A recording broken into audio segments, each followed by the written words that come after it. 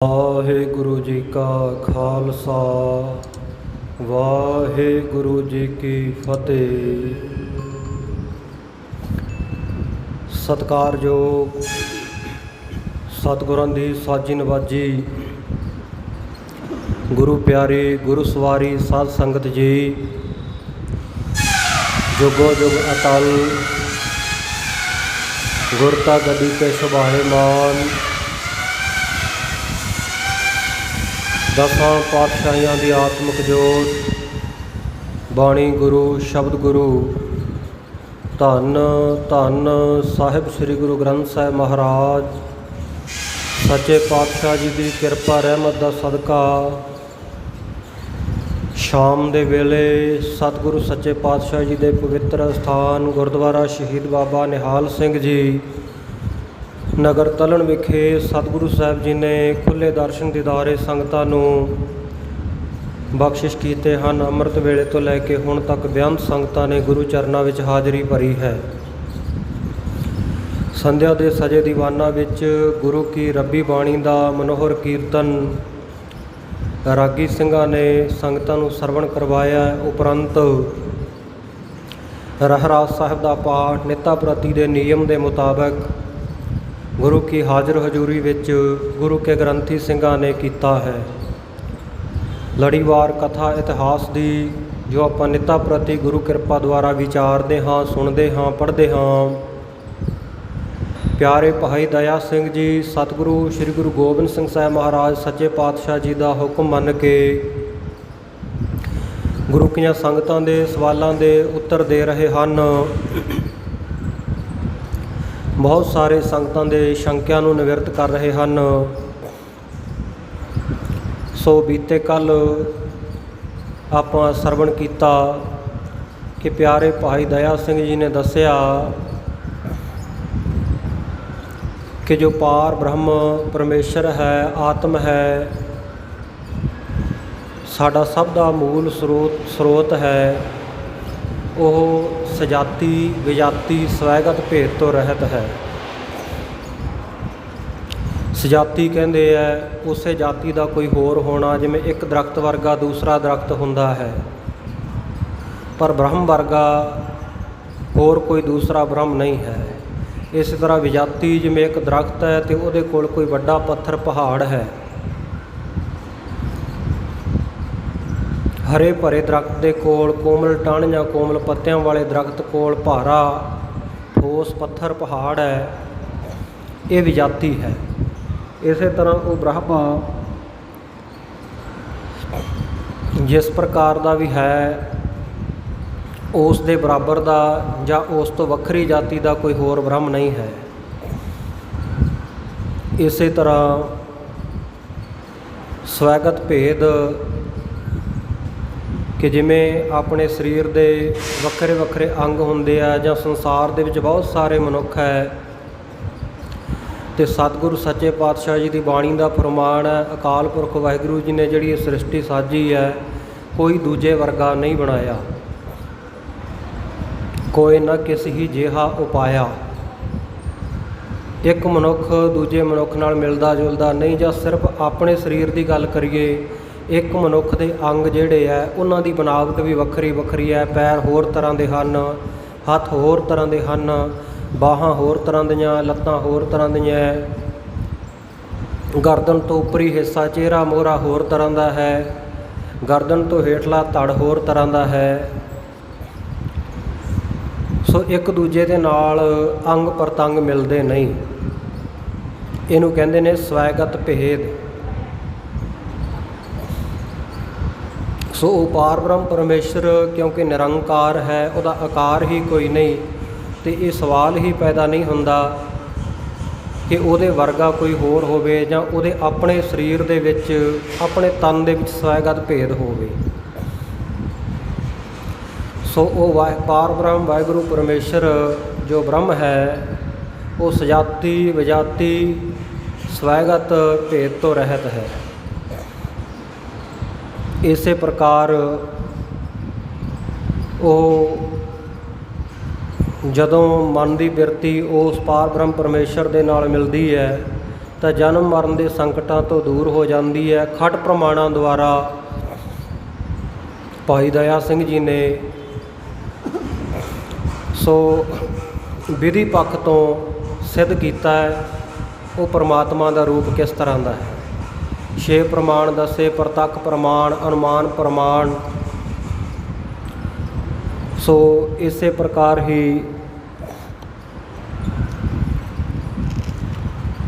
ਅਨੁਮਾਨ ਪ੍ਰਮਾਣ ਹੈ, ਪ੍ਰਤੱਖ ਪ੍ਰਮਾਣ ਹੈ, ਤੇ ਇਸੇ ਪ੍ਰਕਾਰ ਅਰਥਾਪਤੀ ਪ੍ਰਮਾਣ ਹੈ। ਸੋ ਇਹ ਜਿਹੜੇ ਵੱਖਰੇ ਵੱਖਰੇ ਪ੍ਰਮਾਣ ਹਨ ਇਹਨਾਂ ਦੁਆਰਾ ਸਿੱਧ ਕੀਤਾ ਹੈ ਕਿ ਉਹ ਪਾਰ ਬ੍ਰਹਮ ਪਰਮੇਸ਼ਰ ਹੈ, ਉਹਦੀ ਹੋਂਦ ਹੈ। ਪਰ ਕਿਉਂਕਿ ਪਿਛਲੇ ਅਧਿਆਏ ਦੇ ਵਿੱਚ ਪਿਛਲੇ ਦਿਨੀ ਆਪਾਂ ਵਿਚਾਰਿਆ ਸੀ, ਭਾਈ ਦਇਆ ਸਿੰਘ ਜੀ ਸੰਗਤ ਨੂੰ ਦੱਸ ਰਹੇ ਹਨ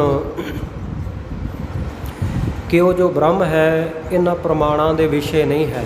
ਵਿਸ਼ੇ ਕਹਿ ਲਓ ਜਾਂ ਜਾਣਨ ਯੋਗ ਕਹਿ ਲਓ, ਜਾਣਿਆ ਜਾਂਦਾ। ਪ੍ਰਮਾਣਾਂ ਦੇ ਵਿਸ਼ੇ ਨਹੀਂ, ਪ੍ਰਮਾਣਾਂ ਦੇ ਸਬਜੈਕਟ ਦੇ ਵਿੱਚ ਨਹੀਂ, ਪ੍ਰਮਾਣਾਂ ਦੀ ਪਕੜ ਦੇ ਵਿੱਚ ਨਹੀਂ, ਜਾਂ ਪ੍ਰਮਾਣਾਂ ਦੁਆਰਾ ਉਹਦਾ ਵਰਣਨ ਨਹੀਂ ਕੀਤਾ ਜਾ ਸਕਦਾ ਕਹਿ ਲਓ। ਪਰ ਇੱਥੇ ਬੀਤੇ ਕੱਲ੍ਹ ਜਿਹੜਾ ਪ੍ਰਸੰਗ ਸੁਣਿਆ, ਇਹਨਾਂ ਪੰਕਤੀਆਂ ਦੇ ਵਿੱਚ ਭਾਈ ਸਾਹਿਬ ਜੀ ਨੇ ਇਹ ਖਟ ਪ੍ਰਮਾਣਾਂ ਦੁਆਰਾ 6 ਪ੍ਰਮਾਣਾਂ ਦੁਆਰਾ ਸਿੱਧ ਕੀਤਾ ਹੈ। ਆਇਤੇਜਿਕ ਪ੍ਰਮਾਣ, ਅਰਥਾਪਤੀ ਪ੍ਰਮਾਣ, ਪ੍ਰਤੱਖ ਪ੍ਰਮਾਣ, ਅਨੁਮਾਨ ਪ੍ਰਮਾਣ ਇਤਿਆਦਿਕ ਪ੍ਰਮਾਣਾਂ ਦੁਆਰਾ ਸਿੱਧ ਕੀਤੀ ਉਹ ਵਾਹਿਗੁਰੂ ਦੀ ਹੋਂਦ। ਸੋ ਉਹ ਜਿਹੜੇ ਪ੍ਰਮਾਣ ਹੈ ਇਹਨਾਂ ਦੁਆਰਾ ਇੱਕ ਪਾਸੇ ਤਾਂ ਕਹਿ ਰਹੇ ਹਨ ਕਿ ਉਹ ਨਾ ਤਾਂ ਸ਼ਬਦ ਪ੍ਰਮਾਣ ਦਾ ਵਿਸ਼ਾ ਹੈ, ਸ਼ਬਦਾਂ ਦੁਆਰਾ ਹੀ ਉਹਨੂੰ ਬਿਆਨ ਕੀਤਾ ਜਾ ਸਕਦਾ ਹੈ, ਅਤੇ ਨਾ ਹੀ ਅਨੁਮਾਨ ਪ੍ਰਮਾਣ ਕੋਈ ਚਿੰਨ੍ਹ ਦੇਖ ਕੇ ਦੱਸਿਆ ਜਾ ਸਕਦਾ ਹੈ ਕਿ ਉਹ ਵਾਹਿਗੁਰੂ ਪਰਮੇਸ਼ਰ ਐਸਾ ਹੈ।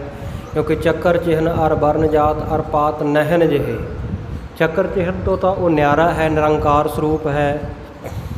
ਸੋ ਇਸ ਕਰਕੇ ਅਨੁਮਾਨ ਪ੍ਰਮਾਣ ਵੀ ਨਹੀਂ ਲੱਗਦਾ। ਸੋ ਇਸੇ ਪ੍ਰਕਾਰ ਉਪਮਾਨ ਪ੍ਰਮਾਣ, ਕਿਸੇ ਨਾਲ ਉਹਨੂੰ ਉਪਮਾ ਵੀ ਨਹੀਂ ਦਿੱਤੀ ਜਾ ਸਕਦੀ ਕਿਉਂਕਿ ਉਹਦੇ ਵਰਗਾ ਹੋਰ ਕੋਈ ਹੈ ਹੀ ਨਹੀਂ ਹੈ। ਅਤੇ ਇਸੇ ਪ੍ਰਕਾਰ ਅਰਥਾਪਤੀ ਪ੍ਰਮਾਣ, ਜਿਵੇਂ ਉਦਾਹਰਣ ਦਿੱਤੀ ਸੀ ਵੀ ਇੱਕ ਮਨੁੱਖ ਜਿਹੜਾ ਉਹ ਮੋਟਾ ਤਾਜ਼ਾ ਸਿਹਤਮੰਦ ਹੈ, ਪਰ ਦੂਜਾ ਬੰਦਾ ਕਹਿ ਰਿਹਾ ਹੈ ਕਿ ਉਹ ਖਾਂਦਾ ਪੀਂਦਾ ਦਿਨ ਨੂੰ ਕੁਝ ਨਹੀਂ, ਇਹਦਾ ਮਤਲਬ ਉਹ ਰਾਤ ਨੂੰ ਖਾਂਦਾ ਹੈ। ਇਹਨੂੰ ਅਰਥਾਪਤੀ ਪ੍ਰਮਾਣ ਕਹਿੰਦੇ ਹੈ ਵੀ ਗੱਲ ਦੇ ਵਿੱਚੋਂ ਹੀ ਅਰਥ ਕੱਢ ਲੈਣਾ। ਸੋ ਇਸ ਪ੍ਰਕਾਰ ਦਾ ਪ੍ਰਮਾਣ ਵੀ ਉਹ ਵਾਹਿਗੁਰੂ ਦੇ ਉੱਤੇ ਕੋਈ ਨਹੀਂ ਢੁੱਕਦਾ ਜਦੋਂ ਉਹ ਪ੍ਰਮਾਣਾਂ ਦਾ ਵਿਸ਼ੇ ਹੀ ਨਹੀਂ ਹੈ, ਪ੍ਰਮਾਣਾਂ ਦੇ ਵਿੱਚ ਆਉਂਦਾ ਹੀ ਨਹੀਂ। ਅਤੇ ਸੰਗਤ ਸਵਾਲ ਕਰਦੀ ਹੈ ਕਿ ਭਾਈ ਦਇਆ ਸਿੰਘ ਜੀ ਤੁਸੀਂ ਇੱਕ ਪਾਸੇ ਤਾਂ ਕਹਿ ਰਹੇ ਹੋ ਕਿ ਉਹ ਪ੍ਰਮਾਣਾਂ ਦਾ ਵਿਸ਼ੇ ਨਹੀਂ ਹੈ, ਪ੍ਰਮਾਣਾਂ ਦੇ ਨਾਲ ਉਹਨੂੰ ਸਮਝਾਇਆ ਨਹੀਂ ਜਾ ਸਕਦਾ, ਪ੍ਰਮਾਣ ਦੇ ਕੇ ਉਹਨੂੰ ਦਿਖਾਇਆ ਨਹੀਂ ਜਾ ਸਕਦਾ ਬ੍ਰਹਮ ਨੂੰ, ਅਤੇ ਦੂਜੇ ਪਾਸੇ ਤੁਸੀਂ ਉਹਨੂੰ ਪ੍ਰਮਾਣਾਂ ਦੇ ਸਹਿਤ ਕਹਿ ਦਿੱਤਾ। ਸੋ ਜੋ ਬ੍ਰਹਮ ਨਿਰਵੈਬ ਹੈ, ਜਿਹਦਾ ਕੋਈ ਅੰਗ ਪ੍ਰਤੰਗ ਹੀ ਨਹੀਂ ਹੈ, ਉਹਨੂੰ ਤੁਸੀਂ ਕਿਵੇਂ ਕਹਿ ਸਕਦੇ ਹੋ ਕਿ ਪ੍ਰਮਾਣਾਂ ਦੇ ਵਿੱਚ ਆ ਰਿਹਾ। ਵੀ ਅਸੀਂ ਸ਼ੰਕੇ ਵਿੱਚ ਹੈ, ਅਸੀਂ ਇਸ ਸ਼ੱਕ ਸੰਦੇਹ ਦੇ ਵਿੱਚ ਸਾਡੀ ਬੁੱਧੀ ਹੈ ਕਿ ਜਿਹੜੇ ਵਚਨ ਆਪ ਜੀ ਨੇ ਪਹਿਲਾਂ ਕਹੇ ਸਨ ਉਹ ਯਥਾਰਥ ਹਨ, ਜਾਂ ਜਿਹੜੇ ਵਚਨ ਹੁਣ ਕਹਿ ਰਹੇ ਹੋ ਇਹ ਸੱਤ ਹੈ। ਵੀ ਸਾਡਾ ਇਹ ਸ਼ੰਕਾ ਨਿਵਰਤ ਕਰੋ। ਇਹੀ ਅੱਜ ਦੇ ਜਿਹੜਾ 49 ਨੰਬਰ ਪ੍ਰਸੰਗ ਸ਼ੁਰੂ ਹੋ ਰਿਹਾ ਹੈ, 49ਵਾਂ ਅੰਸੂ ਸ੍ਰੀ ਗੁਰਪ੍ਰਤਾਪ ਸੂਰਜ ਗ੍ਰੰਥ ਦਾ 5ਵੀਂ ਰੁੱਤ ਦਾ। ਇਹਦੇ ਵਿੱਚ ਪਿਆਰੇ ਭਾਈ ਦਇਆ ਸਿੰਘ ਜੀ ਸੰਗਤਾਂ ਦੇ ਇਸ ਸ਼ੰਕੇ ਦਾ ਨਿਵਾਰਨ ਕਰਨਗੇ। ਆਓ ਜਿਵੇਂ ਭਾਈ ਦਇਆ ਸਿੰਘ ਜੀ ਕਿਰਪਾ ਕਰਕੇ ਖਾਲਸੇ ਨੂੰ ਸੰਗਤਾਂ ਨੂੰ ਦੱਸ ਰਹੇ ਹੈ, ਅਤੇ ਚੂੜਾਮਣੀ ਕਵੀ ਭਾਈ ਸੰਤੋਖ ਸਿੰਘ ਜੀ ਨੇ ਸੁੰਦਰ ਛੰਦਾਬੰਦੀ ਵਿੱਚ ਭਾਈ ਦਇਆ ਸਿੰਘ ਜੀ ਪਿਆਰੇ ਦੇ ਕਥਨਾਂ ਨੂੰ ਗੁੰਥਨ ਕੀਤਾ ਹੈ। ਬੜੇ ਪਿਆਰ ਦੇ ਨਾਲ ਸਰਵਣ ਕਰੀਏ ਜੀ। ਸਤਿਨਾਮ ਸ੍ਰੀ ਵਾਹਿਗੁਰੂ ਸਾਹਿਬ ਜੀ। ਦੋਹਰਾ ਵਿਸ਼ੇ ਪ੍ਰਮਾਣਨ ਕੋ ਭਇਓ। ਪਿਆਰੇ ਭਾਈ ਦਇਆ ਸਿੰਘ ਜੀ, ਆਪ ਜੀ ਇੱਕ ਪਾਸੇ ਕਹਿ ਰਹੇ ਹੋ ਕਿ ਇਹ ਖਟ ਵਿਸ਼ਿਆਂ ਦੇ ਨਾਲ ਉਦਾਹਰਨਾਂ ਦੇ ਕੇ ਕਿ ਉਹ ਪਾਰ ਬ੍ਰਹਮ ਪਰਮੇਸ਼ਰ ਇਸ ਤਰ੍ਹਾਂ ਦਾ ਹੈ, ਛੇ ਪ੍ਰਮਾਣਾਂ ਦੁਆਰਾ ਉਸ ਨੂੰ ਆਪ ਜੀ ਨੇ ਸਿੱਧ ਕੀਤਾ ਹੈ। ਭਇਓ ਵਿਸ਼ੈ ਸਰੂਪ। ਪਰ ਆਪ ਜੀ ਪਿੱਛੇ ਸਾਨੂੰ ਕਹਿ ਆਏ ਹੋ ਕਿ ਉਹ ਜਿਹੜਾ ਖਟ ਪ੍ਰਮਾਣਾਂ ਦਾ ਅਵਿਸ਼ੇ ਹੈ, ਖਟ ਪ੍ਰਮਾਣਾਂ ਦੇ ਅੰਤਰਗਤ ਉਸ ਨੂੰ ਵਰਣਨ ਨਹੀਂ ਕੀਤਾ ਜਾ ਸਕਦਾ। ਇਹ ਸੰਸੈ ਪੂਜਨ ਕਰਿਓ। ਇਸ ਕਰਕੇ ਸਾਡੇ ਮਨ ਦੇ ਵਿੱਚ ਇਹ ਸ਼ੰਕਾ ਪੈਦਾ ਹੋ ਗਿਆ, ਸੰਸਾ ਪੈਦਾ ਹੋ ਗਿਆ, ਸ਼ੱਕ ਪੈਦਾ ਹੋ ਗਿਆ। ਅਸੀਂ ਆਪ ਜੀ ਨੂੰ ਪੁੱਛ ਰਹੇ ਹਾਂ, ਸੁਣ ਕੇ ਗਾਥਾ ਰੂਪ। ਜਿਹੜੀ ਤੁਸੀਂ ਅਨੁਪਮ, ਜਿਹੜੀ ਇਹ ਹੈਰਾਨੀਜਨਕ ਜਿਹੜੀ ਗਾਥਾ ਸੁਣਾ ਦਿੱਤੀ ਹੈ, ਕਹਾਣੀ ਸੁਣਾ ਦਿੱਤੀ ਹੈ, ਛੇ ਪ੍ਰਮਾਣਾਂ ਦੇ ਸਹਿਤ ਕਹਿ ਦਿੱਤਾ ਹੈ, ਸਾਡੇ ਮਨਾਂ ਵਿੱਚ ਸ਼ੰਕਾ ਪੈਦਾ ਹੋ ਗਿਆ ਹੈ ਵੀ ਆਪ ਜੀ ਦਾ ਪਹਿਲਾ ਵਚਨ ਯਥਾਰਥ ਸੀ ਜਾਂ ਜਿਹੜਾ ਹੁਣ ਵਚਨ ਕਹਿ ਰਹੇ ਹੋ ਇਹ ਯਥਾਰਥ ਹੈ। ਇਹ ਸਾਡੇ ਵਾਸਤੇ ਬੜੀ ਹੈਰਾਨੀਜਨਕ ਬਾਤ ਹੈ। ਆਓ ਭਈ ਸ਼ੰਕਾ ਭਈ ਖਾਲਸੇ ਕਹੈ। ਜਦੋਂ ਖਾਲਸੇ ਨੇ ਇਸ ਪ੍ਰਕਾਰ ਦੀ ਸ਼ੰਕਾ ਭਾਈ ਦਇਆ ਸਿੰਘ ਜੀ ਦੇ ਵਚਨਾਂ ਦੇ ਉੱਤੇ ਕੀਤੀ, ਦਇਆ ਸਿੰਘ ਬੋਲਿਓ ਸ਼ਬਦ ਲੈ। ਉਸ ਵੇਲੇ ਪਿਆਰੇ ਭਾਈ ਦਇਆ ਸਿੰਘ ਜੀ ਬੜੀ ਨਿਮਰਤਾ ਦੇ ਨਾਲ ਸ਼ੁਭ ਵਚਨ ਕਹਿਣ ਲੱਗੇ। ਜਿਤ ਮੁਖ ਸਿੱਖ ਜਨਾਏ ਮੇਹੀ। ਕਹਿਣ ਲੱਗੇ, ਖਾਲਸਾ ਜੀ ਵਿਧੀ ਪੱਖ ਤੋਂ ਆਪ ਜੀ ਨੂੰ ਇਹ ਜਣਾਉਣ ਦੇ ਵਾਸਤੇ, ਸਮਝਾਉਣ ਦੇ ਵਾਸਤੇ ਸਿਰਫ ਇਹ ਕਿਹਾ ਹੈ। ਭਇਓ ਬ੍ਰਹਮ ਕੋ ਵਿਸ਼ੈ ਸੰਕੇਤ। ਬ੍ਰਹਮ ਨੂੰ ਵਿਸ਼ਿਆਂ ਦੇ ਅੰਤਰਗਤ, ਸੋ ਪ੍ਰਮਾਣਾਂ ਦੇ ਵਿਸ਼ੇ ਦੇ ਅੰਤਰਗਤ ਸੰਕੇਤ ਮਾਤਰ ਕਹਿ ਕੇ ਸਮਝਾਇਆ ਹੈ ਕਿ ਤਾਂ ਕਿ ਤੁਹਾਨੂੰ ਪਤਾ ਲੱਗ ਜਾਵੇ, ਸਮਝ ਆ ਜਾਵੇ। ਨੀਤ ਨੀਤ ਕਰਨ ਨਿਤ ਪਛਾਣ। ਪਰ ਜੇ ਨਿਸ਼ੇਧੀ ਪੱਖ ਤੋਂ ਦੇਖੀਏ ਨਾ, ਤੇ ਕਹਿੰਦੇ ਫਿਰ ਨੇਤ ਨੇਤ ਕਰਕੇ ਇਹ ਜਾਣਾਂਗੇ ਕਿ ਉਹ ਪਾਰ ਬ੍ਰਹਮ ਪਰਮੇਸ਼ਰ ਜਿਹੜਾ ਇਹਨਾਂ ਵਿਸ਼ਿਆਂ ਦੇ ਅਧੀਨ ਨਹੀਂ ਹੈ। ਨੇਤ ਨਾਮ ਹੈ ਨਹੀਂ ਹੈ ਦਾ, ਕਿਉਂਕਿ ਉਹਦੇ ਵਰਗਾ ਕੋਈ ਹੋਰ ਨਹੀਂ ਹੈ। ਉਹ ਅਨੁਮਾਨ ਪ੍ਰਮਾਣ ਦੇ ਤਹਿਤ ਵੀ ਨਹੀਂ ਆਉਂਦਾ, ਸੋ ਉਪਮਾਨ ਪ੍ਰਮਾਣ ਦੇ ਤਹਿਤ ਵੀ ਨਹੀਂ ਆਉਂਦਾ, ਅਰਥਾਪਤੀ ਪ੍ਰਮਾਣ ਦੇ ਤਹਿਤ ਵੀ ਨਹੀਂ ਆਉਂਦਾ, ਪ੍ਰਤੱਖ ਪ੍ਰਮਾਣ ਦੇ ਤਹਿਤ ਵੀ ਨਹੀਂ ਆਉਂਦਾ। ਸੋ ਇਹਨਾਂ ਪ੍ਰਮਾਣਾਂ ਦੇ ਤਹਿਤ ਉਹ ਨਹੀਂ ਆਉਂਦਾ ਹੈ। ਜਦੋਂ ਨਿਸ਼ੇਧੀ ਪੱਖ ਤੋਂ ਯਥਾਰਥ ਰੂਪ ਦੇ ਵਿੱਚ ਦੇਖਾਂਗੇ ਤਾਂ ਉਹ ਪਾਰ ਬ੍ਰਹਮ ਪਰਮੇਸ਼ਰ ਇਹਨਾਂ ਪ੍ਰਮਾਣਾਂ ਦਾ ਅਵਿਸ਼ੇ ਹੈ। ਇਹਨਾਂ ਪ੍ਰਮਾਣਾਂ ਦਾ ਵਿਸ਼ੇ ਨਹੀਂ, ਪ੍ਰਮਾਣਾਂ ਕਰਕੇ ਨਹੀਂ ਜਾਣਿਆ ਜਾ ਸਕਦਾ। ਸੋ ਜਿਹੜਾ ਪਹਿਲਾਂ ਵਚਨ ਕਿਹਾ ਹੈ ਉਹ ਹੀ ਯਥਾਰਥ ਹੈ। ਤਉ ਪ੍ਰਮਾਣ ਕੋ ਵਿਸ਼ੈ ਨ ਜਾਣ। ਸੋ ਇਸ ਕਰਕੇ ਕਹਿੰਦੇ ਉਸ ਵਾਹਿਗੁਰੂ ਨੂੰ ਪ੍ਰਮਾਣਾਂ ਦੇ ਵਿਸ਼ੇ ਨਾ ਜਾਣੋ। ਜਿਵਨੇ ਵਿਸ਼ੈ ਸੁਣੋਦੇ ਸੁਣ। ਕਿਵੇਂ ਨਹੀਂ ਹੈ ਕਹਿੰਦੇ ਉਹ ਪ੍ਰਮਾਣਾਂ ਦਾ ਵਿਸ਼ਾ। ਇਹ ਹੁਣ ਕੰਨ ਦੇ ਕੇ ਸੁਣੋ, ਧਿਆਨ ਨਾਲ ਸੁਣੋ। ਅਗਮ ਗੋਚਰ ਕਹੀਐ ਤਉ ਨ। ਕਹਿੰਦੇ ਜਿਸ ਆਤਮ ਨੂੰ, ਜਿਸ ਬ੍ਰਹਮ ਨੂੰ ਆਗਮ ਅਤੇ ਅਗੋਚਰ ਕਿਹਾ ਜਾਂਦਾ ਹੈ। ਆਗਮ ਹੈ ਜਿੱਥੇ ਮਨ ਦੀ ਗਮਤਾ ਨਾ ਹੋਵੇ, ਮਨ ਨਾ ਪਹੁੰਚ ਸਕੇ, ਤੇ ਅਗੋਚਰ ਜਿੱਥੇ ਚੱਲ ਕੇ ਇੰਦਰੀਆਂ ਨਾ ਜਾ ਸਕਣ। ਜਿਹੜਾ ਮਨ ਅਤੇ ਇੰਦਰੀਆਂ ਤੋਂ ਪਹੁੰਚ ਕਿਹਾ ਜਾਂਦਾ, ਅਪਹੁੰਚ ਕਿਹਾ ਜਾਂਦਾ ਹੈ। ਇੰਦਰੀ ਤੇ ਪ੍ਰਕਾਸ਼ ਨੈ ਸੋਈ। ਸੋ ਉਹ ਜਿਹੜਾ ਪਾਰ ਬ੍ਰਹਮ ਪਰਮੇਸ਼ਰ ਹੈ ਉਹ ਇੰਦਰੀਆਂ ਦੇ ਨਾਲ ਵੀ ਪ੍ਰਤੱਖ ਨਹੀਂ ਦੇਖਿਆ ਜਾ ਸਕਦਾ, ਪ੍ਰਕਾਸ਼ ਪ੍ਰਮਾਣ ਅਵਿਸ਼ੈ ਹੋਈ। ਕਿਉਂਕਿ ਉਹ ਇੰਦਰੀਆਂ ਦੁਆਰਾ ਪ੍ਰਤੱਖ ਨਹੀਂ ਦੇਖਿਆ ਜਾ ਸਕਦਾ। ਪ੍ਰਤੱਖ ਇੰਦਰਾ, ਗਿਆਨ ਇੰਦਰਾ, ਨੇਤਰ ਹੀ ਲੈ ਲਓ, ਕਿ ਉਹ ਵਾਹਿਗੁਰੂ ਨੂੰ ਅੱਖਾਂ ਨਾਲ ਦੇਖਿਆ ਜਾ ਸਕਦਾ। ਗੁਰਬਾਣੀ ਦਾ ਫਰਮਾਨ ਹੈ, ਨਾਨਕ ਸੇ ਅਖੜੀਆਂ ਬਿਆਨ ਜਿੰਨੀ ਡਸੰਦੋ ਮਾਂ ਪਿਰੀ। ਇਹਨਾਂ ਅੱਖਾਂ ਨਾਲ ਤਾਂ ਨਹੀਂ ਦੇਖਿਆ ਜਾ ਸਕਦਾ। ਸੋ ਜਿਹੜੇ ਗਿਆਨ ਇੰਦਰੇ ਹੈ, ਨੇਤਰ ਹੈ, ਇਹਨਾਂ ਦੇ ਉਹ ਵਿਸ਼ੇ ਨਹੀਂ ਹੈ, ਇਹਨਾਂ ਨਾਲ ਪ੍ਰਤੱਖ ਨਹੀਂ ਹੋ ਸਕਦਾ। ਜਿਨ ਬ੍ਰਹਮ ਕੈ ਕੋਈ ਨ ਹੈ। ਸੋ ਪ੍ਰਮਾਣ ਵਿਸ਼ੇ ਦੇ ਵੀ, ਪ੍ਰਮਾਣ ਜਿਹੜਾ ਹੈ ਇਹਦੇ ਵੀ ਉਹ ਅਵਿਸ਼ੇ ਹੈ, ਪ੍ਰਤੱਖ ਪ੍ਰਮਾਣ ਦਾ ਅਵਿਸ਼ੇ ਹੈ। ਤੇ ਉਸ ਪਾਰ ਬ੍ਰਹਮ ਪਰਮੇਸ਼ਰ ਦਾ ਕੋਈ ਚੱਕਰ ਚਿਹਨ ਨਹੀਂ ਹੈ। ਚਿੰਨ ਬ੍ਰਹਮ ਕੋ ਕੋਈ ਨਾ ਹੈ, ਉਹਦਾ ਕੋਈ ਚੱਕਰ ਚਿਹਨ ਨਹੀਂ ਹੈ। ਜਗਾ ਤੁਮ ਤੇ ਪਾਵਕ ਲੈ। ਜਿਵੇਂ ਧੂਏ ਤੋਂ, ਜਥਾ ਧੂਮ ਤੇ ਪਾਵਕ ਲਹੈ, ਧੂਏ ਤੋਂ ਜਾਣਿਆ ਜਾਂਦਾ ਵੀ ਇੱਥੇ ਅੱਗ ਹੈ। ਪਰ ਪਾਰ ਬ੍ਰਹਮ ਪਰਮੇਸ਼ਰ ਆ ਜਿਹੜਾ ਬ੍ਰਹਮ ਹੈ, ਉਹਨੂੰ ਤਾਂ ਨਹੀਂ ਜਾਣਿਆ ਜਾ ਸਕਦਾ ਵੀ ਇੱਥੇ ਉਹ ਮੌਜੂਦ ਹੈ। ਉਹਦੇ ਵਾਸਤੇ ਜਿਹੜਾ ਹੈ ਅਨੁਮਾਨ ਪ੍ਰਮਾਣ ਵੀ ਕੰਮ ਨਹੀਂ ਆਉਂਦਾ। ਇਸ ਕਰਕੇ ਕਹਿੰਦੇ ਜਾਣ ਲਓ ਵੀ ਉਹ ਅਨੁਮਾਨ ਪ੍ਰਮਾਣ ਦੇ ਵੀ ਵਿਸ਼ੇ ਨਹੀਂ ਹੈ, ਕਿਉਂਕਿ ਉਹ ਬ੍ਰਹਮ ਜਿਹੜਾ ਇੱਕ ਅਦਵੈਤ ਰੂਪ ਹੈ। ਤੇ ਇਸੇ ਪ੍ਰਕਾਰ ਜਿਹੜੀ ਇੱਕ ਆਤਮ ਹੈ ਉਹਨੂੰ ਵੀ ਮੰਨ ਲਓ, ਉਹ ਵੀ ਅਦਵੈਤ ਹੈ। ਉਹ ਜਿਹੜਾ ਚੇਤਨ ਬ੍ਰਹਮ ਹੈ ਉਹਦੇ ਬਰਾਬਰ ਹੋਰ ਕੋਈ ਉਹਦੇ ਵਰਗਾ ਚੇਤਨ ਨਹੀਂ ਹੈ, ਬਾਕੀ ਸਾਰੇ ਜੜ ਹਨ। ਵਿਸ਼ੇ ਉਪਮਾਨ ਨ ਜਾਣਤੇ ਹੋਈ। ਇਸ ਕਰਕੇ ਉਹਨੂੰ ਕਿਸੇ ਨਾਲ ਉਪਮਾ ਵੀ ਨਹੀਂ ਦਿੱਤੀ ਜਾ ਸਕਦੀ, ਕਿਉਂਕਿ ਉਹ ਚੇਤਨ ਵਰਗਾ ਕੋਈ ਹੋਰ ਚੇਤਨ ਨਹੀਂ ਹੈ। ਉਪਮਾਨ ਪ੍ਰਮਾਣ ਵੀ ਉਸ ਤੇ ਢੁੱਕਦਾ ਨਹੀਂ। ਕਾਰਨ ਕਾਰਨ ਭੇਦ ਨ ਹੈ। ਤੇ ਬਾਕੀ ਉਹ ਬ੍ਰਹਮ ਦੇ ਵਿੱਚ ਕਾਰਨ ਕਾਰਜ ਦਾ ਭੇਦ ਵੀ ਨਹੀਂ ਹੈ। ਕਾਰਨ ਕਾਜ ਭੇਦ ਦੁਆਰਾ ਵੀ ਨਹੀਂ ਸਮਝਿਆ ਜਾ ਸਕਦਾ। ਇਸ ਕਰਕੇ ਕਹਿੰਦੇ ਅਰਥਾਪਤੀ ਪ੍ਰਮਾਣ ਦੇ ਵੀ ਅੰਤਰਗਤ ਉਸ ਨੂੰ ਨਹੀਂ ਜਾਣਿਆ ਜਾ ਸਕਦਾ, ਕਿਉਂਕਿ ਉਹ ਪਾਰ ਬ੍ਰਹਮ ਪਰਮੇਸ਼ਰ ਮਨ ਅਤੇ ਬਾਣੀ ਦਾ ਵੀ ਵਿਸ਼ਾ ਨਹੀਂ ਹੈ। ਨਾ ਅਸੀਂ ਮਨ ਕਰਕੇ ਜਾਣ ਸਕਦੇ ਹਾਂ, ਨਾ ਅਸੀਂ ਬੋਲਾਂ ਦੁਆਰਾ ਉਹਨੂੰ ਪ੍ਰਗਟ ਕਰ ਸਕਦੇ ਹਾਂ, ਦੱਸ ਸਕਦੇ ਹਾਂ ਵੀ ਉਹ ਬ੍ਰਹਮ ਕਿਹੋ ਜਿਹਾ। ਇਸ ਕਰਕੇ ਉਹ ਮਨ ਦਾ ਅਤੇ ਬਾਣੀ ਦਾ ਜ਼ੁਬਾਨ ਦਾ ਵਿਸ਼ਾ ਨਹੀਂ ਹੈ। ਇਸ ਕਰਕੇ ਜਿਹੜਾ ਸ਼ਬਦ ਆਇਤੇਜਿਕ ਪ੍ਰਮਾਣ ਹੈ, ਅਹਿਤਿਆ ਪ੍ਰਮਾਣ ਦੁਆਰਾ ਵੀ ਉਸ ਨੂੰ ਜਾਣਿਆ ਨਹੀਂ ਜਾ ਸਕਦਾ। ਤੇ ਉਹ ਜਿਹੜਾ ਬ੍ਰਹਮ ਹੈ, ਦੇਸ਼ ਕਾਲ ਅਤੇ ਵਸਤੂ ਇਹਨਾਂ ਤੋਂ ਪ੍ਰਛੇਦ ਹੈ, ਇਹਨਾਂ ਤੋਂ ਰਹਿਤ ਹੈ। ਪ੍ਰਛਿੰਨ ਕਹੀਏ ਜਿਵੇਂ ਇੱਕ ਜਗ੍ਹਾ 'ਤੇ ਹੋਣਾ, ਇੱਕ ਥਾਂ 'ਤੇ ਹੋਣਾ, ਬਾਕੀ ਜਗ੍ਹਾ 'ਤੇ ਨਾ ਹੋਣਾ। ਜਿਵੇਂ ਆਪਾਂ ਇੱਥੇ ਬੈਠੇ ਹਾਂ ਗੁਰਦੁਆਰਾ ਸਾਹਿਬ ਵਿੱਚ, ਆਪਾਂ ਇਸੇ ਟਾਈਮ ਆਪਣੇ ਘਰ ਤਾਂ ਨਹੀਂ ਨਾ, ਆਪਣੀ ਦੁਕਾਨ 'ਤੇ ਤਾਂ ਨਹੀਂ, ਆਪਣੇ ਖੇਤ ਵਿੱਚ ਤਾਂ ਨਹੀਂ ਹੈਗੇ। ਸੋ ਆਪਾਂ ਇੱਕੋ ਹੀ ਜਗ੍ਹਾ ਹੈ। ਅਤੇ ਉਹ ਪਾਰ ਬ੍ਰਹਮ ਪਰਮੇਸ਼ਰ ਹੈ, ਉਹ ਇਸ ਤਰ੍ਹਾਂ ਨਹੀਂ, ਉਹ ਸਾਰੇ ਜਗ੍ਹਾ 'ਤੇ ਹੈ। ਇਸ ਕਰਕੇ ਉਹ ਦੇਸ਼ ਕਾਲ ਅਤੇ ਵਸਤੂ ਇਹਨਾਂ ਪ੍ਰਛੇਦ ਰਹਿਤ ਹੈ। ਇਹਨਾਂ ਦੇ ਵਿੱਚ ਉਹ ਪ੍ਰਛਿੰਨ ਨਹੀਂ ਹੈ। ਇਸੇ ਤਰ੍ਹਾਂ ਕਾਲ ਸਮੇਂ ਵਿੱਚ ਨਹੀਂ, ਕਿਉਂਕਿ ਆਪਾਂ ਤਾਂ ਥੋੜ੍ਹੇ ਚਿਰ ਆ ਨਾ, ਆਪਾਂ ਜੰਮਦੇ ਹਾਂ, ਮਰ ਜਾਂਦੇ ਹਾਂ, ਆਪਾਂ ਥੋੜ੍ਹੇ ਸਮੇਂ ਵਾਸਤੇ ਹਾਂ। ਅਤੇ ਉਹ ਪਰਮੇਸ਼ਰ ਆ ਜਿਹੜਾ, ਉਹਦੇ ਉੱਤੇ ਕਾਲ ਦਾ ਸਮੇਂ ਦਾ ਕੋਈ ਅਸਰ ਨਹੀਂ। ਇਸ ਕਰਕੇ ਉਹ ਕਾਲ ਪ੍ਰਛਿੰਨ ਵੀ ਨਹੀਂ ਹੈ।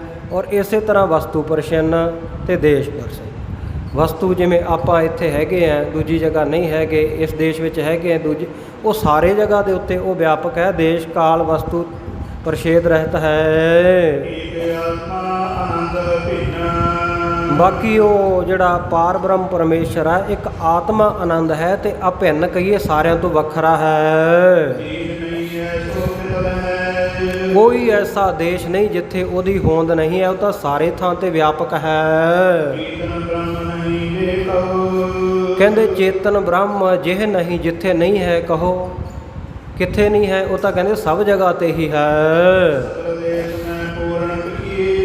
ਸਾਰੇ ਹੀ ਦੇਸ਼ਾਂ ਵਿੱਚ, ਸਾਰੇ ਹੀ ਇਲਾਕਿਆਂ ਵਿੱਚ, ਸਾਰੀਆਂ ਹੀ ਜਗ੍ਹਾ ਸਥਾਨਾਂ ਦੇ ਉੱਤੇ ਉਹਨੂੰ ਪੂਰਨ ਵਿਆਪਕ ਜਾਣੀਏ। ਇਸ ਕਰਕੇ ਉਹ ਦੇਸ਼ ਪ੍ਰਛੇਦ ਵੀ ਨਹੀਂ ਹੈ, ਕਿਉਂਕਿ ਉਹ ਸਾਰੇ ਜਗ੍ਹਾ ਤੇ ਆ। ਆਪਣੇ ਵਾਂਗ ਨਹੀਂ ਵੀ ਉਹ ਇੱਕ ਜਗ੍ਹਾ 'ਤੇ ਹੋਊਗਾ, ਦੂਜੀ ਜਗ੍ਹਾ 'ਤੇ ਨਹੀਂ। ਇਸ ਕਰਕੇ ਉਹਨੂੰ ਦੇਸ਼ ਪ੍ਰਛੇਦ ਵੀ ਨਾ ਲੱਗੀਏ ਜਾਣੀਏ। ਉਹ ਭੂਤ ਕਾਲ ਦੇ ਵਿੱਚ ਵੀ ਸੀ, ਵਰਤਮਾਨ ਵਿੱਚ ਵੀ ਹੈ ਅਤੇ ਭਵਿੱਖਤ ਕਾਲ ਵਿੱਚ ਵੀ ਹੋਵੇਗਾ। ਇਹ ਨਹੀਂ ਕਿ ਉਹ ਭੂਤ ਕਾਲ ਵਿੱਚ ਸੀ, ਹੁਣ ਹੈ ਅਤੇ ਆਉਣ ਵਾਲੇ ਸਮੇਂ ਨਹੀਂ ਹੋਏਗਾ। ਉਹ ਤਾਂ ਹੈ ਵੀ ਸੱਚ, ਨਾਨਕ ਹੋਸੀ ਵੀ ਸੱਚ ਹੈ। ਪਹਿਲਾਂ ਵੀ ਸੀ, ਹੁਣ ਵੀ ਹੈ ਅਤੇ ਆਉਣ ਵਾਲੇ ਸਮੇਂ ਵਿੱਚ ਵੀ ਹੋਏਗਾ। ਇਸ ਕਰਕੇ ਤਿੰਨਾਂ ਕਾਲਾਂ ਦੇ ਰਹਿਤ, ਤਿੰਨਾਂ ਕਾਲਾਂ ਤੋਂ ਵੀ ਉਹ ਰਹਿਤ ਹੈ, ਤਿੰਨਾਂ ਕਾਲਾਂ ਦੇ ਤਹਿਤ ਨਹੀਂ ਹੈ ਹੋਂਦ ਉਸ ਦੀ। ਔਰ ਬ੍ਰਹਮ ਹੈ ਜੋ, ਔਰ ਆਤਮਾ ਹੈ, ਬ੍ਰਹਮਾਤਮਾ ਹੈ, ਸੋ ਉਹ ਇੱਕ ਸਮਾਨ ਹੈ, ਸਦਾ ਹੀ ਇੱਕ ਸਾਰ ਹੈ। ਨਾ ਉਹਦਾ ਜਨਮ ਹੁੰਦਾ ਹੈ ਅਤੇ ਨਾ ਉਹਦਾ ਨਾਸ਼ ਹੁੰਦਾ ਹੈ, ਨਾ ਉਹਦੇ ਵਿੱਚ ਕਦੇ ਵਾਧਾ ਹੁੰਦਾ ਨਾ ਘਾਟਾ ਹੁੰਦਾ। ਜਿਵੇਂ ਜਮਾ ਕੇ ਵੇਖਿਆ ਸਮਸਤ ਏਕ ਜੋਤ ਹੈ, ਨਾ ਘਾਟ ਹੈ ਨਾ ਬਾੜ ਹੈ, ਨਾ ਘਾਟ ਬਾੜ ਹੋਤ ਹੈ। ਉਹ ਤਾਂ ਨਿਰੰਤਰ ਸਦਾ ਹੀ ਇੱਕ ਰਸ ਪ੍ਰਕਾਸ਼ ਹੋ ਰਿਹਾ ਹੈ। ਇਸ ਕਰਕੇ ਉਹ ਕਾਲ ਪ੍ਰਛੇਦ ਵੀ ਨਹੀਂ ਹੈ। ਉਹ ਤਾਂ ਅਕਿਰਿਆ ਹੈ, ਉਹਦੇ ਵਿੱਚ ਕੋਈ ਕਿਰਿਆ ਨਹੀਂ ਹੋ ਰਹੀ। ਔਰ ਅਚਲ ਹੈ, ਕੂਟ ਸਮ ਸੋਏ, ਪਹਾੜ ਦੀ ਤਰ੍ਹਾਂ, ਪਰਬਤ ਦੀ ਤਰ੍ਹਾਂ ਅਹਿਲ ਅਚਲ ਹੈ। ਸੋ ਸਾਰਿਆਂ ਦੇ ਵਿੱਚ ਹੀ ਉਹ ਸਾਰਿਆਂ ਦਾ ਆਤਮਾ ਰੂਪ ਹੋ ਕੇ ਵਸ ਰਿਹਾ ਹੈ ਜੀਵਾਂ ਵਿੱਚ, ਤੇ ਸਾਰਿਆਂ ਦਾ ਆਧਾਰ, ਸਾਰਿਆਂ ਦਾ ਆਸਰਾ ਰੂਪ ਹੋ ਕੇ ਸਭ ਨੂੰ ਪ੍ਰਕਾਸ਼ ਕਰ ਰਿਹਾ ਹੈ। ਇਸ ਕਰਕੇ ਵਸਤੂ ਪ੍ਰਛੇਦ ਵੀ ਨਹੀਂ ਹੈ, ਕਿਉਂਕਿ ਆਪਾਂ ਇਹ ਤਾਂ ਨਹੀਂ ਕਹਿ ਸਕਦੇ ਨਾ ਵੀ ਮੈਂ ਫਲਾਣੇ ਦਰਖਤ ਦੇ ਵਿੱਚ ਵੀ ਹਾਂ, ਮੈਂ ਫਲਾਣੇ ਜੀਵ ਦੇ ਵਿੱਚ ਵੀ ਹਾਂ। ਪਰ ਉਹ ਪਾਰ ਬ੍ਰਹਮ ਪਰਮੇਸ਼ਰ ਐਸਾ, ਉਹ ਦਰਖਤਾਂ ਵਿੱਚ ਵੀ ਹੈ, ਪਹਾੜਾਂ ਵਿੱਚ ਵੀ ਹੈ, ਜੀਵ ਜੰਤੂਆਂ ਵਿੱਚ ਵੀ ਹੈ, ਮਨੁੱਖਾਂ ਵਿੱਚ ਵੀ ਹੈ। ਉਹਦੀ ਹੋਂਦ ਤਾਂ ਸਾਰੇ ਜਗ੍ਹਾ 'ਤੇ ਹੈ। ਮਨੁੱਖ ਦੀ ਹੋਂਦ ਤਾਂ ਨਹੀਂ ਸਾਰੇ ਜਗ੍ਹਾ ਹੁੰਦੀ, ਉਹ ਤਾਂ ਸਿਰਫ ਆਪਣੇ ਸਰੀਰ ਵਿੱਚ ਹੀ ਹੁੰਦਾ ਹੈ। ਇਸ ਕਰਕੇ ਉਹ ਵਸਤੂ ਪ੍ਰਛੇਦ ਵੀ ਨਹੀਂ ਹੈ। ਸੋ ਤਿੰਨਾਂ ਹੀ ਕਾਲਾਂ ਦੇ ਨਾਲ ਔਰ ਦੇਸ਼ ਕਾਲ ਵਸਤੂ, ਇਹਨਾਂ ਤਿੰਨਾਂ ਤੋਂ ਹੀ ਜਿਹੜਾ ਪ੍ਰਛਿੰਨ ਨਹੀਂ ਹੈ। ਸੋ ਅਗਿਆਨ ਦਾ ਜਿਹੜਾ ਉਹ ਆਸਰਾ, ਅਗਿਆਨ ਦੇ ਆਸਰੇ ਵਿਸ਼ੇ ਦੇ ਵਿੱਚ ਇੱਕ ਬ੍ਰਹਮ ਹੀ ਹੁੰਦਾ ਹੈ। ਇਹਨੂੰ ਕਹਿੰਦੇ ਦ੍ਰਿਸ਼ਟਾਂਤ, ਪ੍ਰਮਾਣ, ਉਦਾਹਰਣ ਦੇ ਇਲਸਟ੍ਰੇਸ਼ਨ ਦੇ ਸਹਿਤ ਸੁਣ ਲਵੋ। ਫਿਰ ਕਹਿੰਦੇ ਇਹਦੇ ਉੱਤੇ ਵਿਵੇਕ ਕਰੋ, ਵਿਚਾਰ ਕਰ ਲਵੋ। ਜਿਵੇਂ ਕਹਿੰਦੇ ਇੱਕ ਕੋਸ਼ਟ ਕੋਠਾ ਹੈ ਤੇ ਕੋਠੇ ਦੇ ਵਿੱਚ ਹਨੇਰਾ ਹੁੰਦਾ ਹੈ। ਉਹ ਹਨੇਰੇ ਨੇ ਅੰਦਰੋਂ ਜਿਹੜੀਆਂ ਕੋਠੇ ਦੀਆਂ ਕੰਧਾਂ ਹੈ, ਦਰਵਾਜ਼ੇ ਬੰਦ ਕੀਤੇ ਹੋਣ ਤੇ ਅੰਦਰ ਕੁਝ ਦਿਖਾਈ ਨਹੀਂ ਦਿੰਦਾ ਨਾ, ਉਹ ਹਨੇਰੇ ਨੇ ਉਹ ਕੋਠੇ ਨੂੰ ਢੱਕ ਰੱਖਿਆ ਹੈ ਅੰਦਰੋਂ। ਸੋ ਜਿਹੜਾ ਇਹ ਕੋਠਾ ਹੈ, ਕੋਸ਼ਟ ਕਰਿਓ ਵਿਖੇ ਤਮ ਹੋਏ, ਇਹ ਕੋਠੇ ਨਹੀਂ ਜਿਹੜਾ ਇਹ ਹਨੇਰੇ ਦਾ ਵਿਸ਼ਾ ਕੀਤਾ, ਹਨੇਰੇ ਵਿਸ਼ੇ ਨੂੰ ਪੈਦਾ ਕੀਤਾ ਹੈ। ਤੇ ਹੁਣ ਉਹ ਕੋਠਾ ਆਪ ਹੀ ਦਿਖਾਈ ਨਹੀਂ ਦੇ ਰਿਹਾ, ਹਨੇਰਾ ਵੀ ਜਿਹੜਾ ਉਹ ਕੋਠੇ ਨੇ ਹੀ ਪੈਦਾ ਕੀਤਾ ਹੈ ਤੇ ਉਹੀ ਹਨੇਰਾ ਉਸੇ ਕੋਠੇ ਨੂੰ ਢੱਕ ਰਿਹਾ ਹੈ। ਉਹ ਜਿਹੜਾ ਇਹ ਕੋਠਾ ਹੈ ਤੇ ਹਨੇਰੇ ਦਾ ਆਸਰਾ ਇਹ ਆਪ ਹੀ ਹੈ, ਕਿਉਂਕਿ ਜਦੋਂ ਕੋਠਾ ਬਣਿਆ, ਕੋਠਾ ਬਣਨ ਤੋਂ ਪਹਿਲਾਂ ਤਾਂ ਹਨੇਰਾ ਨਹੀਂ ਸੀ ਨਾ। ਉਹ ਕੋਠਾ ਕਮਰਾ ਤਿਆਰ ਹੋਇਆ, ਜਦੋਂ ਕੰਧਾਂ ਨਿਕਲ ਗਈਆਂ, ਛੱਤ ਪੈ ਗਈ, ਦਰਵਾਜ਼ੇ ਲੱਗ ਗਏ ਤੇ ਉਹ ਕੋਠੇ ਨੇ ਹੀ ਹਨੇਰਾ ਪੈਦਾ ਕੀਤਾ ਨਾ। ਅੰਦਰ ਹਨੇਰਾ ਜਿਹੜਾ ਕੋਠੇ ਦੇ ਕਾਰਨ ਪੈਦਾ ਹੋਇਆ, ਇਸ ਕਰਕੇ ਕੋਠਾ ਹਨੇਰੇ ਦਾ ਆਸਰਾ ਹੈ। ਇਸੇ ਤਰ੍ਹਾਂ ਹੀ ਕਹਿੰਦੇ ਬ੍ਰਹਮ ਦਾ ਰੂਪ ਜਾਣ ਲਓ। ਬ੍ਰਹਮ ਤੋਂ ਹੀ ਅਗਿਆਨ ਪੈਦਾ ਹੋਇਆ ਤੇ ਇਹ ਅਗਿਆਨ ਨੇ ਹੀ ਉਹ ਬ੍ਰਹਮ ਨੂੰ ਢੱਕਿਆ ਹੋਇਆ, ਕੋਠੇ ਦੀ ਤਰ੍ਹਾਂ। ਜਿਵੇਂ ਕੋਠੇ ਨੂੰ ਹਨੇਰੇ ਨੇ ਢੱਕਿਆ ਹੋਇਆ ਔਰ ਜਿਹੜਾ ਹਨੇਰਾ ਉਹ ਕੋਠੇ ਦੇ ਕਾਰਨ ਹੀ ਪੈਦਾ ਹੋਇਆ। ਇਸੇ ਤਰ੍ਹਾਂ ਬ੍ਰਹਮ ਤੋਂ ਅਗਿਆਨ ਪੈਦਾ ਹੋਇਆ ਤੇ ਇਸੇ ਅਗਿਆਨ ਨੇ ਬ੍ਰਹਮ ਨੂੰ ਢੱਕਿਆ ਹੋਇਆ, ਛੁਪਾਇਆ ਹੈ। ਸੋ ਜਿਹੜਾ ਅਗਿਆਨ ਹੈ ਤਿਸ ਤੋਂ, ਉਸ ਬ੍ਰਹਮ ਤੋਂ ਹੀ ਪੈਦਾ ਹੋਇਆ ਹੈ। ਇਸ ਕਰਕੇ ਉਹ ਜਿਹੜਾ ਬ੍ਰਹਮ ਹੈ ਉਹ ਅਗਿਆਨ ਦਾ ਆਸਰਾ ਜਾਣ ਲਵੋ। ਸੋ ਬ੍ਰਹਮ ਨੂੰ ਉਹ ਲਖਣ ਨਹੀਂ ਦਿੰਦਾ, ਬ੍ਰਹਮਣ ਨੂੰ ਜਾਣਨ ਨਹੀਂ ਦਿੰਦਾ ਹੈ ਅਗਿਆਨ। ਇਸ ਕਰਕੇ ਜਿਹੜਾ ਬ੍ਰਹਮ ਉਹਦਾ ਉਹ ਜਿਹੜਾ ਹਨੇਰੇ ਦਾ ਵਿਸ਼ਾ ਹੋ ਗਿਆ ਹੈ। ਜਿਹੜਾ ਅਗਿਆਨ ਹੈ ਕਹਿੰਦੇ ਇਹ ਦੋ ਸ਼ਕਤੀਆਂ ਨੂੰ ਧਾਰਨ ਕਰਕੇ ਰੱਖਦਾ ਹੈ। ਪਹਿਲੀ ਹੈ ਆਵਰਨ ਤੇ ਆਨ ਕਹੀਏ ਹੋਰ ਜਿਹੜੀ ਦੂਜੀ ਹੈ ਉਹਦਾ ਨਾਮ ਵਿਖੇਪ ਹੈ। ਹੁਣ ਦੋਵਾਂ ਦਾ ਵਿਸਥਾਰ ਦੱਸਦੇ ਆ ਵੀ ਆਵਰਨ ਕੀ ਹੈ। ਆਵਰਨ ਸ਼ਕਤੀ ਕੀ ਹੈ ਅਗਿਆਨਤਾ ਦੀ? ਕਹਿੰਦੇ ਬ੍ਰਹਮ ਕਰਿਓ ਆਛਾਦਨ ਜਾਹੇ, ਜਿਹਨੇ ਬ੍ਰਹਮ ਨੂੰ ਆਛਾਦਨ ਕਰ ਰੱਖਿਆ, ਓਹਲੇ ਕਰ ਰੱਖਿਆ, ਢੱਕ ਰੱਖਿਆ ਹੈ।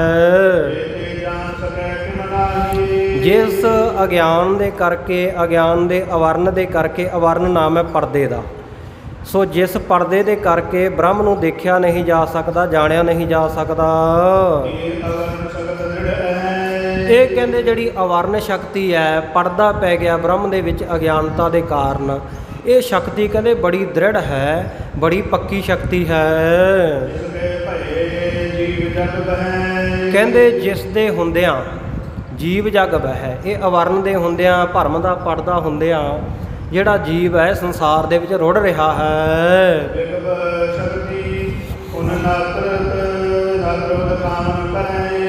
ਅੱਗੇ ਵਿਖੇਪ ਸ਼ਕਤੀ ਦੱਸਦੇ ਹੈ ਕਿ ਵਿਖੇਪ ਸ਼ਕਤੀ ਕੀ ਕਰਦੀ ਹੈ ਅਗਿਆਨਤਾ ਦੀ ਜਿਹੜੀ ਦੂਜੀ ਸ਼ਕਤੀ ਹੈ, ਦੂਜਾ ਗੁਣ ਹੈ। ਕਹਿੰਦੇ ਪੁਨ ਨਨ ਤਬ ਦਿਖਾਵਨ ਕਰੇ। ਨਾਨਾ ਤਬ ਭਾਵ ਬਹੁਤਾਤ, ਇੱਕ ਤੋਂ ਬਹੁਤਾ ਹੋਣਾ। ਕਹਿੰਦੇ ਇੱਕ ਤੋਂ ਬਹੁਤੇ ਰੂਪਾਂ ਦੇ ਵਿੱਚ ਇਹ ਦਿਖਾਉਂਦੀ ਹੈ। ਗਜਬਾਰੀ ਬਨ ਗਨ ਤਰਹਰੀ। ਸੋ ਕੀ ਦਿਖਾਉਂਦੀ ਹੈ ਵੀ ਹੈ ਤਾਂ ਸਾਰਾ ਇੱਕ ਬ੍ਰਹਮ ਹੀ, ਤੇ ਇਹ ਉਹਦੇ ਬਹੁਤੇ ਰੂਪ ਦਿਖਾ ਰਹੀ ਹੈ। ਬਹੁਤੇ ਰੂਪ ਕੀ ਹੈ? ਜਿਵੇਂ ਕਹਿੰਦੇ ਗਜ ਹਾਥੀ ਦੇਖਦੇ ਹਾਂ ਆਪਾਂ, ਬਹੁਤ ਸਾਰੇ ਬਾਜੀ ਘੋੜੇ ਦੇਖਦੇ ਹਾਂ, ਬਨ ਜੰਗਲ ਦੇਖਦੇ ਹਾਂ, ਗਨ ਤਰ ਹਰੇ, ਤੇ ਹਰੇ ਹਰੇ ਹਰਿਆਵਲੇ ਸਾਵੇ ਦਰਖਤ ਬਹੁਤ ਸਾਰੇ। ਇਹ ਕਹਿੰਦੇ ਇਹਨਾਂ ਦੇ ਵਿੱਚ ਵਿਖੇਪ ਸ਼ਕਤੀ ਹੀ ਹੈ।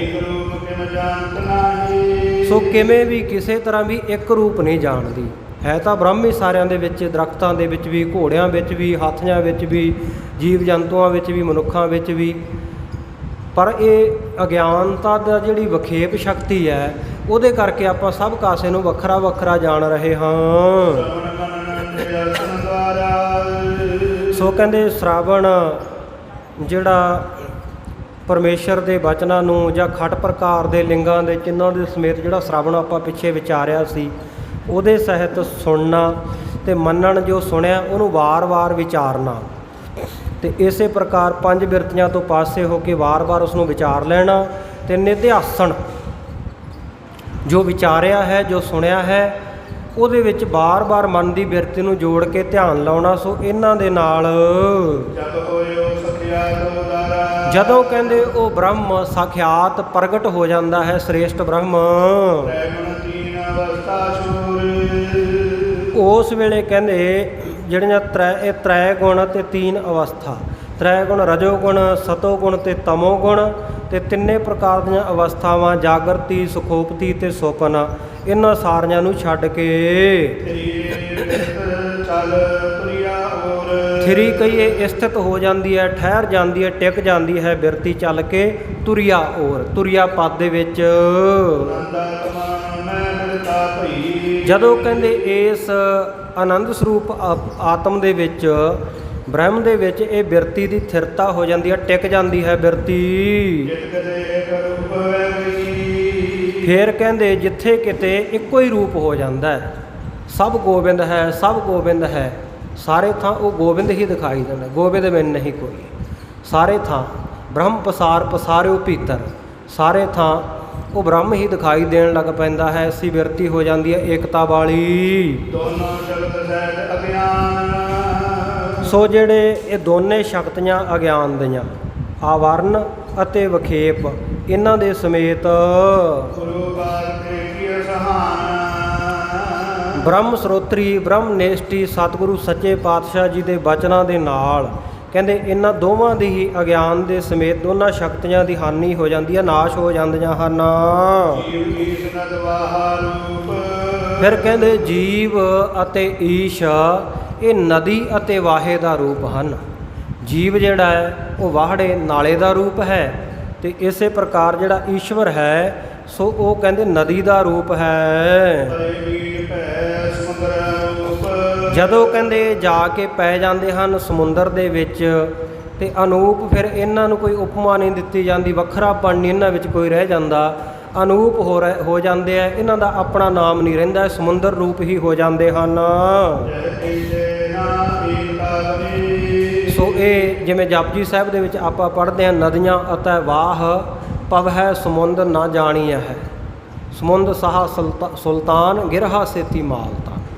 ਸੋ ਨਦੀਆਂ ਅਤੇ ਨਾਲੇ ਜਦੋਂ ਜਾ ਕੇ ਸਮੁੰਦਰ 'ਚ ਪੈ ਜਾਂਦੇ ਹੈ, ਉਹ ਸਮੁੰਦਰ ਦਾ ਹੀ ਰੂਪ ਹੋ ਜਾਂਦੇ ਆ, ਉਹਨੂੰ ਵੱਖਰੀ ਨਦੀ ਦਾ ਨਾਂ ਨਹੀਂ ਦਿੱਤਾ ਜਾਂਦਾ। ਜਦੋਂ ਪਾਣੀ ਵਿੱਚ ਮਿਲ ਗਿਆ ਜਾ ਕੇ, ਉਹਨੂੰ ਵੱਖਰਾ ਨਾਲਾ ਨਹੀਂ ਕਿਹਾ ਜਾ ਸਕਦਾ ਵੀ ਸਮੁੰਦਰ 'ਚ ਆਹ ਨਾਲਾ ਵਗੀ ਜਾਂਦਾ, ਉਹ ਸਮੁੰਦਰ ਦਾ ਹੀ ਰੂਪ। ਇਸੇ ਤਰ੍ਹਾਂ ਜੀਵ ਅਤੇ ਈਸ਼, ਇਹ ਈਸ਼ ਜਿਹੜਾ ਨਦੀ ਹੈ ਤੇ ਜੀਵ ਹੈ ਜਿਹੜਾ ਇਹ ਨਾਲੇ ਦੀ ਤਰ੍ਹਾਂ, ਵਾੜੇ ਦੀ ਤਰ੍ਹਾਂ ਹੈ। ਜਦੋਂ ਪਾਰ ਬ੍ਰਹਮ ਪਰਮੇਸ਼ਰ ਸਮੁੰਦਰ ਦੇ ਵਿੱਚ ਮਿਲ ਜਾਂਦੇ ਆ ਤਾਂ ਇਹਨਾਂ ਦੀ ਵੱਖਰੀ ਹੋਂਦ ਨਹੀਂ ਰਹਿੰਦੀ। ਅੱਗੇ ਕਹਿੰਦੇ ਜਹਤੀ ਤੇ ਨਾ ਏਕਤਾ ਬਣੇ। ਵੇਦਾਂਤ ਦੇ ਵਿੱਚ, ਵਿਚਾਰ ਸਾਗਰ ਦੇ ਵਿੱਚ, ਸੋ ਇਹ ਵੇਦਾਂਤ ਦੇ ਗ੍ਰੰਥਾਂ ਦੇ ਵਿੱਚ ਇਹ ਲੱਖਣਾਂ ਗਿਣੀਆਂ ਜਾਂਦੀਆਂ, ਜਹਤੀ ਤੇ ਔਰ ਇਸੇ ਪ੍ਰਕਾਰ ਹੀ ਅਜਹਤੀ ਤੇ ਇਸੇ ਤਰ੍ਹਾਂ ਭਾਗ ਤਿਆਗ ਲੱਖਣਾ, ਜਿਹਦਾ ਨਾਮ ਜਹਤ ਅਜਹਤਾ ਵੀ ਹੈ। ਸੋ ਇਹ ਤਿੰਨ ਪ੍ਰਕਾਰ ਦੀਆਂ ਜਿਹੜੀਆਂ ਲੱਖਣਾਂ, ਉਹਨਾਂ ਵਿੱਚੋਂ ਕਹਿੰਦੇ ਜਿਹੜੀ ਜਹਤੀ ਲੱਖਣਾ ਹੈ ਉਹਦੇ ਨਾਲ ਏਕਤਾ ਨਹੀਂ ਬਣ ਆਉਂਦੀ। ਜਿਵੇਂ ਕਹਿੰਦੇ ਕੋਈ ਕਹੇ, ਕਿਸੇ ਮਨੁੱਖ ਨੇ ਪੁੱਛਿਆ ਕਿਸੇ ਨੂੰ ਵੀ ਤੂੰ ਕਿੱਥੇ ਰਹਿਣਾ, ਤੇਰਾ ਕਿਹੜਾ ਪਿੰਡ ਆ, ਤੇਰਾ ਘਰ ਕਿੱਥੇ ਹੈ, ਤਾਂ ਉਹਨੇ ਕਹਿ ਦਿੱਤਾ ਕਿ ਗੰਗਾ ਮੈਂ ਗ੍ਰਾਮ, ਕਿ ਗੰਗਾ ਵਿੱਚ ਮੇਰਾ ਪਿੰਡ ਹੈ, ਗੰਗਾ ਵਿੱਚ ਮੇਰਾ ਘਰ ਹੈ। ਤੇ ਹੁਣ ਇਹ ਤਾਂ ਨਹੀਂ ਹੋ ਸਕਦਾ ਵੀ ਗੰਗਾ ਤਾਂ ਇੱਕ ਪਾਣੀ ਦੇ ਵਹਾਅ ਦਾ ਨਾਂ ਨਾ, ਨਦੀ ਦਾ ਨਾਂ ਹੈ, ਤੇ ਉਹ ਵਹਾਅ ਦੇ ਵਿੱਚ ਉਹਦਾ ਘਰ ਕਿਵੇਂ ਹੋਵੇਗਾ। ਜਦੋਂ ਉਸ ਵਾਕ ਦੇ ਸਹੀ ਅਰਥ ਵਿਚਾਰਨੇ ਪੈਣਗੇ, ਸਹੀ ਅਰਥ ਵਿਚਾਰਾਂਗੇ ਤਾਂ ਇੱਕ ਤਜਬੋ ਭਨੇ, ਇੱਕ ਨੂੰ ਛੱਡ ਦੇਣਾ, ਇੱਕ ਗੱਲ ਨੂੰ ਛੱਡ ਦੇਣਾ, ਫਿਰ ਅਰਥ ਕਰਨਾ, ਇਹਨੂੰ ਜਹਿਤੀ ਲੱਖਣਾ ਕਹਿੰਦੇ ਆ। ਜਿਵੇਂ ਉਹਨੇ ਕਿਹਾ ਕਿ ਮੇਰਾ ਘਰ ਗੰਗਾ ਵਿੱਚ ਹੈ, ਫਿਰ ਉਹ ਜਿਹੜਾ ਗੰਗਾ ਇੱਕ ਵਹਿਣ ਹੈ, ਪਾਣੀ ਹੈ, ਪਾਣੀ ਵਿੱਚ ਘਰ ਹੋ ਨਹੀਂ ਸਕਦਾ। ਇਸ ਕਰਕੇ ਉੱਥੋਂ ਇਹ ਅਰਥ ਬਣੇਗਾ ਵੀ ਉਹਦਾ ਘਰ ਜਿਹੜਾ ਗੰਗਾ ਦੇ ਵਿੱਚ ਨਹੀਂ ਬਲਕਿ ਗੰਗਾ ਦੇ ਕਿਨਾਰੇ ਹੈ। ਗੰਗਾ ਦੇ ਵਹਿਣ ਨੂੰ ਛੱਡ ਦਿੱਤਾ, ਦੂਜਾ ਅਰਥ ਫੜ ਲਿਆ। ਇਹਨੂੰ ਜਹਿਤੀ ਲੱਖਣਾ ਕਹਿੰਦੇ ਆ। ਗੰਗ ਘੋਖ ਇੱਕ ਤਜਵੋ ਭਲੇ, ਜਦੋਂ ਗੰਗਾ ਦੇ ਵਿੱਚ ਘਰ ਦਾ ਅਰਥ ਕਰਨਾ ਹੈ ਤਾਂ ਗੰਗਾ ਦੇ ਕਿਨਾਰੇ ਘਰ ਬਣ ਗਿਆ। ਉੱਥੇ ਕਹਿੰਦੇ ਇੱਕ ਤਜਵੋ ਭਨੇ, ਇੱਕ ਨੂੰ ਤਜਣਾ ਛੱਡਣਾ ਕਹਿੰਦੇ ਕਿਹਾ ਗਿਆ ਹੈ ਵੀ ਇੱਕ ਨੂੰ ਛੱਡ ਦੇਵੋ। ਫਿਰ ਕਹਿੰਦੇ ਜੀਵ ਅਤੇ ਈਸ਼ ਜਿਹੜੇ ਦੋਨੇ ਹੈ, ਇਹਨਾਂ ਦੋਵਾਂ ਨੂੰ ਜੇ ਛੱਡ ਦਿੱਤਾ ਜਾਵੇ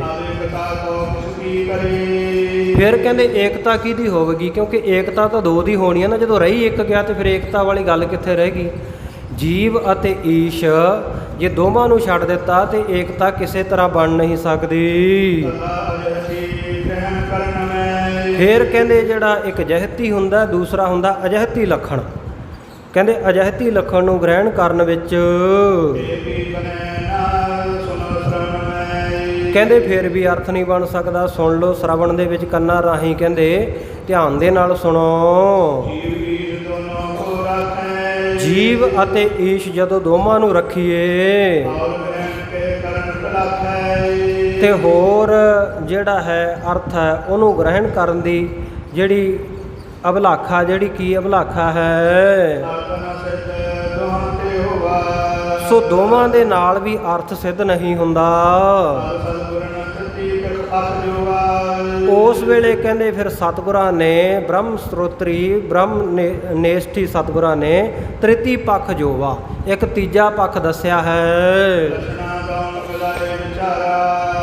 ਦੋਵੇਂ ਲੱਛਣਾਂ ਨੂੰ ਜਹਿਤੀ ਅਤੇ ਅਜਹਿਤੀ ਦੋਨਾਂ ਨੂੰ ਮਿਲਾ ਕੇ ਵਿਚਾਰ ਕਰੀਏ। ਇਹ ਕਹਿੰਦੇ ਤੀਜੀ ਲੱਛਣਾਂ ਦਾ ਨਾਂ ਭਾਗ ਤਿਆਗ ਲੱਛਣਾ ਕਿਹਾ ਜਾਂਦਾ ਹੈ। ਸੋ ਇਕਤਾ ਕਰਨ ਕਰਕੇ ਕਹਿੰਦੇ ਅਰਥ ਵੀ ਸਿੱਧ ਹੋ ਜਾਵੇਗਾ। ਕਹਿੰਦਾ ਹੇ ਸਰੋਤਾ ਜਨੋ, ਭਾਈ ਦਇਆ ਸਿੰਘ ਜੀ ਕਹਿੰਦੇ ਸੁਣੋ ਵੀ ਜਿਵੇਂ ਬਿਰਧ ਵੱਡਿਆਂ ਨੇ ਕਿਹਾ ਜਾਂ ਜਿਸ ਵਿਧੀ ਦੇ ਨਾਲ ਕਿਹਾ ਗਿਆ, ਜਿਸ ਵਿਧੀ ਨਾਲ ਅਰਥ ਹੋਵੇਗਾ। ਕਹਿੰਦੇ ਜਿਹੜਾ ਜੀਵ ਹੈ, ਜੀਵ ਦਾ ਕਹਿੰਦੇ ਜਿਹੜਾ ਵਾਚ, ਇੱਕ ਤਾਂ ਹੁੰਦਾ ਵਾਚਕ ਤੇ ਇੱਕ ਹੁੰਦਾ ਵਾਚ। ਵਾਚਕ ਜਿਹੜਾ ਗੱਲ ਨੂੰ ਕਹਿਣ ਵਾਲਾ ਤੇ ਵਾਚ ਜਿਹੜਾ ਉਸ ਗੱਲ ਦਾ ਅਰਥ ਹੈ। ਜਿਵੇਂ ਜੀਵ ਹੈ, ਜੀਵ ਜਿਹੜਾ ਹੈ ਇਹਦਾ ਜਦੋਂ ਵਾਚ ਕਰਾਂਗੇ, ਅਰਥ ਕਰਾਂਗੇ ਤਾਂ ਇਹਦਾ ਅਰਥ ਬਣੇਗਾ ਜਿੱਥੇ ਵੀ ਜੀਵ ਸ਼ਬਦ ਆਵੇਗਾ ਕਿ ਅਲਪੱਗ ਜੀਵ ਹੈ। ਜਿੱਥੇ ਈਸ਼ਰ ਆਵੇਗਾ ਤਾਂ ਉਹਦਾ ਮਤਲਬ ਹੋਵੇਗਾ ਕਿ ਈਸ਼ਰ ਦਾ ਵਾਚ, ਈਸ਼ਰ ਦਾ ਜਿਹੜਾ ਅਰਥ ਹੋਵੇਗਾ ਕਿ ਸਰਬੱਗ ਹੈ। ਸੋ ਕਹਿੰਦੇ ਜਨਮ ਅਤੇ ਮਰਨ ਇਹ ਜੀਵ ਦੇ ਤਨ ਦੀਆਂ ਦੋ ਉਰਮੀਆਂ ਹਨ, ਦੋ ਲੱਛਣ ਹਨ, ਦੋ ਅਵਸਥਾਵਾਂ ਹਨ। ਦੋ ਇਹਦੇ ਵਿੱਚ ਘਾਟਾਂ ਕਹਿ ਲਓ, ਦੋ ਇਹਦੇ ਸੁਭਾਅ ਕਹਿ ਲਓ, ਦੋ ਆਦਤਾਂ ਹਨ। ਹਾਂ, ਤਨ ਦੀਆਂ ਜਿਹੜੀਆਂ ਕਹਿੰਦੇ ਉਰਮੀਆਂ ਉਹ ਜਨਮ ਅਤੇ ਮਰਨ ਹੈ, ਤੇ ਸ਼ੁਦਾ ਤੇ ਤ੍ਰਿਖਾ ਭੁੱਖ ਅਤੇ ਪਿਆਸ ਕਹਿੰਦੇ ਇਹ ਪ੍ਰਾਣਾਂ ਦੀ ਉਰਮੀਆਂ ਹਨ। ਇਸੇ ਤਰ੍ਹਾਂ ਮਨ ਦੀਆਂ ਵੀ ਦੋ ਉਰਮੀਆਂ, ਮਨ ਦੇ ਵੀ ਦੋ ਸੁਭਾਅ, ਮਨ ਦੀਆਂ ਵੀ ਦੋ ਅਵਸਥਾਵਾਂ ਹੈ। ਉਹ ਮਨ ਕਿਹੜੀਆਂ ਅਵਸਥਾਵਾਂ ਵਿੱਚ ਰਹਿੰਦਾ ਹੈ? ਕਦੇ ਹਰਖ ਦੇ ਵਿੱਚ, ਕਦੇ ਸੋਗ ਦੇ ਵਿੱਚ, ਕਦੇ ਖੁਸ਼ ਹੁੰਦਾ ਹੈ ਤੇ ਕਦੇ ਉਦਾਸ ਹੋਇਆ ਰਹਿੰਦਾ। ਇਹ ਮਨ ਦੀਆਂ ਉਰਮੀਆਂ ਪਛਾਣ ਲਵੋ। ਸੋ ਕਹਿੰਦੇ ਇਹਨਾਂ ਛੇਆਂ ਦੇ ਸਹਿਤ ਕਹਿੰਦੇ ਜੀਵ ਨੂੰ ਮੰਨ ਲਓ ਵੀ ਜੀਵ ਦੇ ਵਿੱਚ ਇਹ ਛੇ ਹੈ। ਤਨ ਦੇ ਵਿੱਚ ਕੀ ਹੈ? ਜਨਮ ਤੇ ਮਰਨ ਹੈ। ਤੇ ਇਸੇ ਤਰ੍ਹਾਂ ਪ੍ਰਾਣਾਂ ਦੇ ਕਾਰਨ ਕਹਿੰਦੇ ਭੁੱਖ ਤੇ ਲੱਗਦੀ ਹੈ, ਤੇ ਮਨ ਦੇ ਕਾਰਨ ਕਹਿੰਦੇ ਹਰਖ ਸੁਖ ਉਪਜਦਾ। ਇਹ 6 ਤਰ੍ਹਾਂ ਦੀਆਂ ਜੀਵ ਦੇ ਵਿੱਚ 6 ਉਰਮੀਆਂ 6 ਪ੍ਰਕਾਰ ਦੇ ਜਿਹੜੀਆਂ ਅਵਸਥਾਵਾਂ ਜਾਣ ਲਵੋ। ਲక్ష్ਮੀ ਗਿਆਨ ਵਿਰਾਗ ਉਦਾਰੇ। ਇਸੇ ਪ੍ਰਕਾਰ ਨੰਬਰ 1 ਦੇ ਉੱਤੇ ਲక్ష్ਮੀ, ਨੰਬਰ 2 ਗਿਆਨ, ਨੰਬਰ 3 ਤੇ ਵਿਰਾਗ, ਤੇ ਨੰਬਰ 4 ਦੇ ਉੱਤੇ ਉਦਾਰਤਾ, ਜਸ ਐਸਵਰਜ ਗੁਣ ਕਰਤ ਉਚਾਰੇ। ਤੇ 5ਵਾਂ ਜਸ ਤੇ 6ਵਾਂ ਐਸ਼ਵਰਜ। ਇਹ 6 ਗੁਣ ਜਿਹੜੇ ਉਚਾਰਨ ਕੀਤੇ ਹਨ। ਜੀਵਨ ਮੈਂ ਕੋ ਕਦੇ ਅੰਸ਼। ਸੋ ਇਹ ਕਹਿੰਦੇ ਸਾਰੇ ਇਹ ਈਸ਼ਵਰ ਦੇ ਗੁਣ ਹੈ, ਈਸ਼ਵਰ ਦਾ ਸੁਭਾਅ ਹੈ, ਈਸ਼ਵਰ ਦੀਆਂ ਅਵਸਥਾਵਾਂ ਹਨ। ਤੇ ਇਸ ਪ੍ਰਕਾਰ ਜੀਵਨ ਮੈਂ ਇਨ ਕੋ ਕਿਤ ਅੰਸ਼, ਜੀਵਾਂ ਦੇ ਵਿੱਚ ਕਹਿੰਦੇ ਇਹਨਾਂ ਦਾ ਕਿਤੇ ਨਾ ਕਿਤੇ ਥੋੜ੍ਹਾ ਬਹੁਤਾ ਅੰਸ਼ ਹੁੰਦਾ, ਸਾਰੀਆਂ ਗੱਲਾਂ ਨਹੀਂ ਹੁੰਦੀਆਂ ਜੀਵਾਂ ਦੇ ਵਿੱਚ। ਜਿਹੜੇ ਈਸ਼ਵਰ ਦੇ ਗੁਣ ਹੈ ਇਹ ਕਹਿੰਦੇ ਇਹਨਾਂ ਦਾ ਥੋੜ੍ਹਾ ਬਹੁਤਾ ਅੰਸ਼ ਹੁੰਦਾ। ਕਿਸੇ ਕੋਲੇ ਜਸ ਹੁੰਦਾ ਹੈ, ਕਿਸੇ ਕੋਲੇ ਲక్ష్ਮੀ ਹੁੰਦੀ ਹੈ, ਕਿਸੇ ਕੋਲੇ ਗਿਆਨ ਹੁੰਦਾ ਹੈ, ਕਿਸੇ ਕੋਲੇ ਵਿਰਾਗ ਹੁੰਦਾ ਹੈ, ਉਦਾਰਤਾ ਵੀ ਥੋੜ੍ਹੀ ਬਹੁਤੀ ਦੇਖੀ ਜਾਂਦੀ ਹੈ। ਇਸ ਪ੍ਰਕਾਰ ਐਸ਼ਵਰਜ ਧਨ ਪਦਾਰਥ, ਸੋ ਐਸ਼ ਦੇ ਜਿਹੜੇ ਐਸ਼ ਪ੍ਰਸਤੀ ਦੇ ਸਾਧਨ ਹੈ, ਸੁੱਖ ਸਾਧਨ ਜਿਹੜੇ ਹੈ ਉਹ ਜੀਵਾਂ ਦੇ ਕੋਲ ਕਹਿੰਦੇ ਜੀਵਾਂ ਦੇ ਵਿੱਚ ਇਹ ਜਿਹੜੇ 6 ਪ੍ਰਕਾਰ ਦੇ ਲੱਛਣ ਹੈ ਇਹ ਥੋੜ੍ਹੇ ਬਹੁਤੇ ਦੇਖੇ ਜਾਂਦੇ ਹਨ। ਈਸ਼ਰ ਵਿਖੇ ਕਰਤ ਸਰਬੰਸ। ਪਰ ਈਸ਼ਵਰ ਦੇ ਵਿੱਚ ਤਾਂ ਕਹਿੰਦੇ 6 ਦੇ 6 ਕਹਿੰਦੇ ਸਰਬੰਸ ਪੂਰਨ ਤੌਰ ਤੇ ਹੀ ਹਨ। ਜਾਣੇ ਸ੍ਰਿਸ਼ਟ ਪਾਵਨ ਪਾਰਨ। ਇਸ ਕਰਕੇ ਕਹਿੰਦੇ ਸ੍ਰਿਸ਼ਟੀ ਨੂੰ ਉਪਾਵਣਾ ਪੈਦਾ ਕਰਨਾ ਤੇ ਪਾਰਨ ਕਹੀਏ ਸ੍ਰਿਸ਼ਟੀ ਦੀ ਪਾਲਣਾ ਕਰਨੀ, ਆਸਨ ਕਰਨ ਈਸ ਤ੍ਰੈ ਕਾਰਨ। ਤੇ ਇਸੇ ਪ੍ਰਕਾਰ ਹੀ ਕਹਿੰਦੇ ਨਾਸ਼ ਕਰਨਾ। ਤੇ ਇਹ ਕਹਿੰਦੇ ਇਹ ਤਿੰਨੇ ਹੀ ਕਾਰਨ ਇਹ ਈਸ਼ਵਰ ਦੇ ਵਿੱਚ ਹਨ। ਜੀਵ ਪ੍ਰਤੰਤਰ ਦੁਖੀ ਗੁਣਹੀਨ। ਜੀਵ ਜਿਹੜਾ ਕਹਿੰਦੇ ਪ੍ਰਤੰਤਰ ਹੈ, ਪਰਾਧੀਨ ਹੈ, ਦੂਜਿਆਂ ਦੇ ਅਧੀਨ ਹੈ, ਅਤੇ ਇਹ ਬੜਾ ਹੀ ਦੁਖੀ ਹੈ ਔਰ ਗੁਣਾਂ ਤੋਂ ਹੀਣਾ ਹੈ। ਤਿਨ ਦੋਇਨ ਕੀ ਇਕਤਾ ਲੀਨ। ਫਿਰ ਕਹਿੰਦੇ ਕਿਮ ਦੋਇਨ ਕੀ ਇਕਤਾ ਲੀਨ, ਕਿਵੇਂ ਦੋਵਾਂ ਦੀ ਏਕਤਾ ਕਰਾਂਗੇ, ਜੀਵ ਅਤੇ ਈਸ਼ ਨੂੰ ਕਿਵੇਂ ਮਿਲਾਵਾਂਗੇ, ਕਿਸ ਪ੍ਰਕਾਰ ਦੋਵਾਂ ਦੀ ਏਕਤਾ ਹੋ ਸਕਦੀ ਹੈ। ਬਾਜ ਵਿਖੇ ਇਕਤੈ ਨ ਜੁਈ। ਕਿਉਂਕਿ ਵਾਚ ਦੇ ਵਿੱਚ ਏਕਤਾ ਨਹੀਂ ਹੈ, ਅਰਥ ਦੇ ਵਿੱਚ ਇਹਨਾਂ ਦੇ ਏਕਤਾ ਨਹੀਂ, ਇੱਕ ਗੁਣਾਂ ਵਾਲਾ ਹੈ ਤੇ ਇੱਕ ਔਗਣਾਂ ਵਾਲਾ ਹੈ। ਲਖਣਾ ਕਰੇ ਲਖੇ ਨ ਹੋਈ। ਸੋ ਲੱਖਣਾ ਕਰਕੇ ਕਹਿੰਦੇ ਇਹ ਲੱਖ ਦੇ ਵਿੱਚ ਹੋਵੇਗੀ, ਦੁਖੀ ਪ੍ਰਤੰਤਰ ਅਲਪਤਾ ਜੀਵ। ਕਿਉਂਕਿ ਜੀਵ ਜਿਹੜਾ ਇਹ ਦੁਖੀ ਹੈ, ਪ੍ਰਤੰਤਰ ਹੈ, ਪਰਾਧੀਨ ਹੈ, ਤੇ ਇਸੇ ਪ੍ਰਕਾਰ ਕਹਿੰਦੇ ਅਲਪਤਾ ਹੈ, ਅਲਪਗਤਾ ਹੈ ਜੀਵ ਵਿੱਚ। ਤੀਨੋਂ ਕਲ ਪਾਛੈ ਜੋ ਥੀਵ। ਜੇ ਕਹਿੰਦੇ ਇਹਨਾਂ ਤਿੰਨਾਂ ਨੂੰ, ਇਹਦੇ ਤਿੰਨੇ ਔਗਣਾਂ ਨੂੰ ਛੱਡ ਦਿੱਤਾ ਜਾਵੇ, ਪਰਾਧੀਨਤਾ ਨੂੰ, ਅਲਪਤਾ ਨੂੰ, ਇਹਦੇ ਦੁੱਖਾਂ ਨੂੰ ਛੱਡ ਦਿੱਤਾ ਜਾਵੇ, ਜੋ ਪਿੱਛੇ ਬਾਕੀ ਰਹਿ ਜਾਵੇਗਾ। ਭਗਤਾ ਸਰਵਣ ਸੁਖ ਈਸ਼। ਇਸੇ ਪ੍ਰਕਾਰ ਕਹਿੰਦੇ ਈਸ਼ਵਰ ਦੇ ਜਿਹੜੀ ਸਰਬੱਗਤਾ ਹੈ, ਖਟ 6 ਗੁਣ ਹਨ ਜਿਹੜੇ ਉੱਪਰ ਗਿਣੇ ਹੈ, ਜਸ, ਐਸ਼ਵਰਜ, ਲక్ష్ਮੀ, ਗਿਆਨ, ਵੈਰਾਗ, ਉਦਾਰਤਾ। ਸੋ ਇਹਨਾਂ 6 ਗੁਣਾਂ ਨੂੰ, ਖਟ ਗੁਣਾਂ ਨੂੰ ਤੇ ਈਸ਼ਵਰ ਦੇ ਸੁੱਖਾਂ ਨੂੰ ਤੇ ਸਰਬੱਗਤਾ ਨੂੰ ਜੇਕਰ ਛੱਡ ਦਿੱਤਾ ਜਾਵੇ, ਤੀਨੋਂ ਕਲ ਪਛਾਤ ਈਸ਼। ਤਿੰਨਾਂ ਨੂੰ ਛੱਡ ਕੇ ਕਹਿੰਦੇ ਜੋ ਪਛਾਤ ਪਿੱਛੇ ਬਾਕੀ ਰਹਿ ਜਾਵੇਗਾ। ਸੈਦਾਨੰਦ ਦੋਨ ਮੈਂ ਰਹਿਓ। ਦੋਵਾਂ ਦੇ ਵਿੱਚ ਜੀਵ ਦੇ 3 ਔਗਣ ਛੱਡ ਦਿੱਤੇ, ਈਸ਼ਵਰ ਦੇ 3 ਗੁਣ ਛੱਡ ਦਿੱਤੇ, ਕਿਉਂਕਿ ਸਤ ਚਿੱਤ ਆਨੰਦ ਤਾਂ ਦੋਵਾਂ ਦੇ ਵਿੱਚ ਹੀ ਉਹਦੀ ਹੋਂਦ ਆ ਨਾ, ਚੇਤਨ ਦੀ ਹੋਂਦ ਤਾਂ ਦੋਵਾਂ ਵਿੱਚ ਹੈ। ਸੋ ਕਹਿੰਦੇ ਜਦੋਂ ਇਹਨਾਂ ਦੇ ਤਿੰਨੇ ਗੁਣ ਤੇ ਤਿੰਨੇ ਔਗਣ, 3 ਔਗਣ ਜੀਵ ਦੇ, 3 ਗੁਣ ਈਸ਼ਵਰ ਦੇ ਛੱਡ ਦਿੱਤੇ, ਤੇ ਬਾਕੀ ਜਿਹੜਾ ਰਹਿ ਗਿਆ ਉਹ ਕਹਿੰਦੇ ਸਤ ਚਿੱਤ ਆਨੰਦ ਦੋਹਾਂ ਦੇ ਵਿੱਚ ਬਾਕੀ ਰਹਿ ਗਿਆ ਹੈ। ਇਸ ਕਰਕੇ ਕਹਿੰਦੇ ਫਿਰ ਉਹ ਵਿੱਚ ਜੀਵ ਆਤਮਾ ਹੋਣ ਕਰਕੇ, ਬ੍ਰਹਮ ਦੀ ਅੰਸ਼ ਹੋਣ ਕਰਕੇ ਦੋਵਾਂ ਦੀ ਏਕਤਾ ਹੋ ਸਕਦੀ ਹੈ। ਏਕਤਾ ਲਹਿਓ, ਏਕਤਾ ਜਾਣ ਲਵੋ। ਉਦਾਹਰਨ ਦਿੰਦੇ ਆ, ਕਹਿੰਦੇ ਜਿਵੇਂ ਅਗਨੀ ਦੇ 3 ਗੁਣ ਹੁੰਦੇ ਹਨ ਅੱਗ ਦੇ। ਦਾਹਕ ਅੱਗ ਦਾ ਗੁਣ ਹੈ ਵੀ ਉਹ ਸਾੜਦੀ ਹੈ, ਦਹਨ ਕਰਦੀ ਹੈ, ਤੇ ਇਸੇ ਤਰ੍ਹਾਂ ਉਸ਼ਨ ਕਹੀਏ ਗਰਮ ਹੁੰਦੀ ਹੈ, ਤੱਤੀ ਹੁੰਦੀ ਹੈ ਅੱਗ। ਤੇ ਤੀਜਾ ਜਿਹੜਾ ਗੁਣ ਅੱਗ ਦਾ ਸੁਭਾਅ ਹੈ ਪ੍ਰਕਾਸ਼ਨ ਲਹਿਓ, ਉਹ ਪ੍ਰਕਾਸ਼ ਕਰਦੀ ਹੈ, ਚਾਨਣਾ ਕਰਦੀ ਹੈ। ਕਹਿੰਦੇ ਇਹ ਅੱਗ ਦੇ ਕਹਿੰਦੇ ਜਿਹੜੇ ਇਹ 3 ਰੂਪ ਹਨ, ਕਹਿੰਦੇ ਅੱਗ ਦੇ ਇਹ ਜਿਹੜੇ 3 ਰੂਪ ਹੈ, ਕਹਿੰਦੇ ਬਣ ਦੋ ਜਿਹੜੀ ਦਾਵਾ ਅਗਨੀ ਹੈ, ਜੰਗਲ ਦੀ ਅੱਗ ਹੈ, ਉਹਦੇ ਵਿੱਚ ਵੀ ਇਹ ਤਿੰਨੇ ਹੀ ਗੁਣ ਹੈ। ਇਸੇ ਪ੍ਰਕਾਰ ਦੀਪ ਦੀਵੇ ਦੀ ਅੱਗ ਹੈ, ਦੀਵੇ ਦੀ ਲਾਟ, ਉਹਦੇ ਵਿੱਚ ਵੀ ਇਹ ਤਿੰਨੇ ਗੁਣ ਹੈ। ਅਤੇ ਮਸ਼ਾਲ ਹੁੰਦੀ ਹੈ ਜਿਹੜੀ ਲੀਰਾਂ ਨੂੰ ਬੰਨ੍ਹ ਕੇ ਸੋਟੀ ਦੇ ਅਗਲੇ ਪਾਸੇ, ਅਤੇ ਉਹ ਅੱਗ ਲਾਈ ਜਾਂਦੀ ਹੈ, ਤੇਲ ਪਾ ਕੇ ਮਸ਼ਾਲ ਬਾਲੀ ਜਾਂਦੀ ਹੈ, ਮਸ਼ਾਲ ਜਲਾਈ ਜਾਂਦੀ ਹੈ।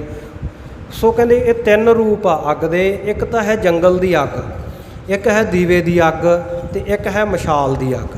ਪਰ ਤਿੰਨਾਂ ਦੇ ਵਿੱਚ ਇਹ ਤਿੰਨੇ ਗੁਣ ਸਾਂਝੇ ਹੈ। ਜਿਹੜੀ ਜੰਗਲ ਦੀ ਅੱਗ ਹੈ ਉਹ ਵੀ ਪ੍ਰਕਾਸ਼ ਕਰਦੀ ਹੈ, ਦੀਵੇ ਦੀ ਅੱਗ ਵੀ ਪ੍ਰਕਾਸ਼ ਕਰਦੀ ਹੈ, ਅਤੇ ਮਸ਼ਾਲ ਵੀ ਪ੍ਰਕਾਸ਼ ਕਰਦੀ ਹੈ।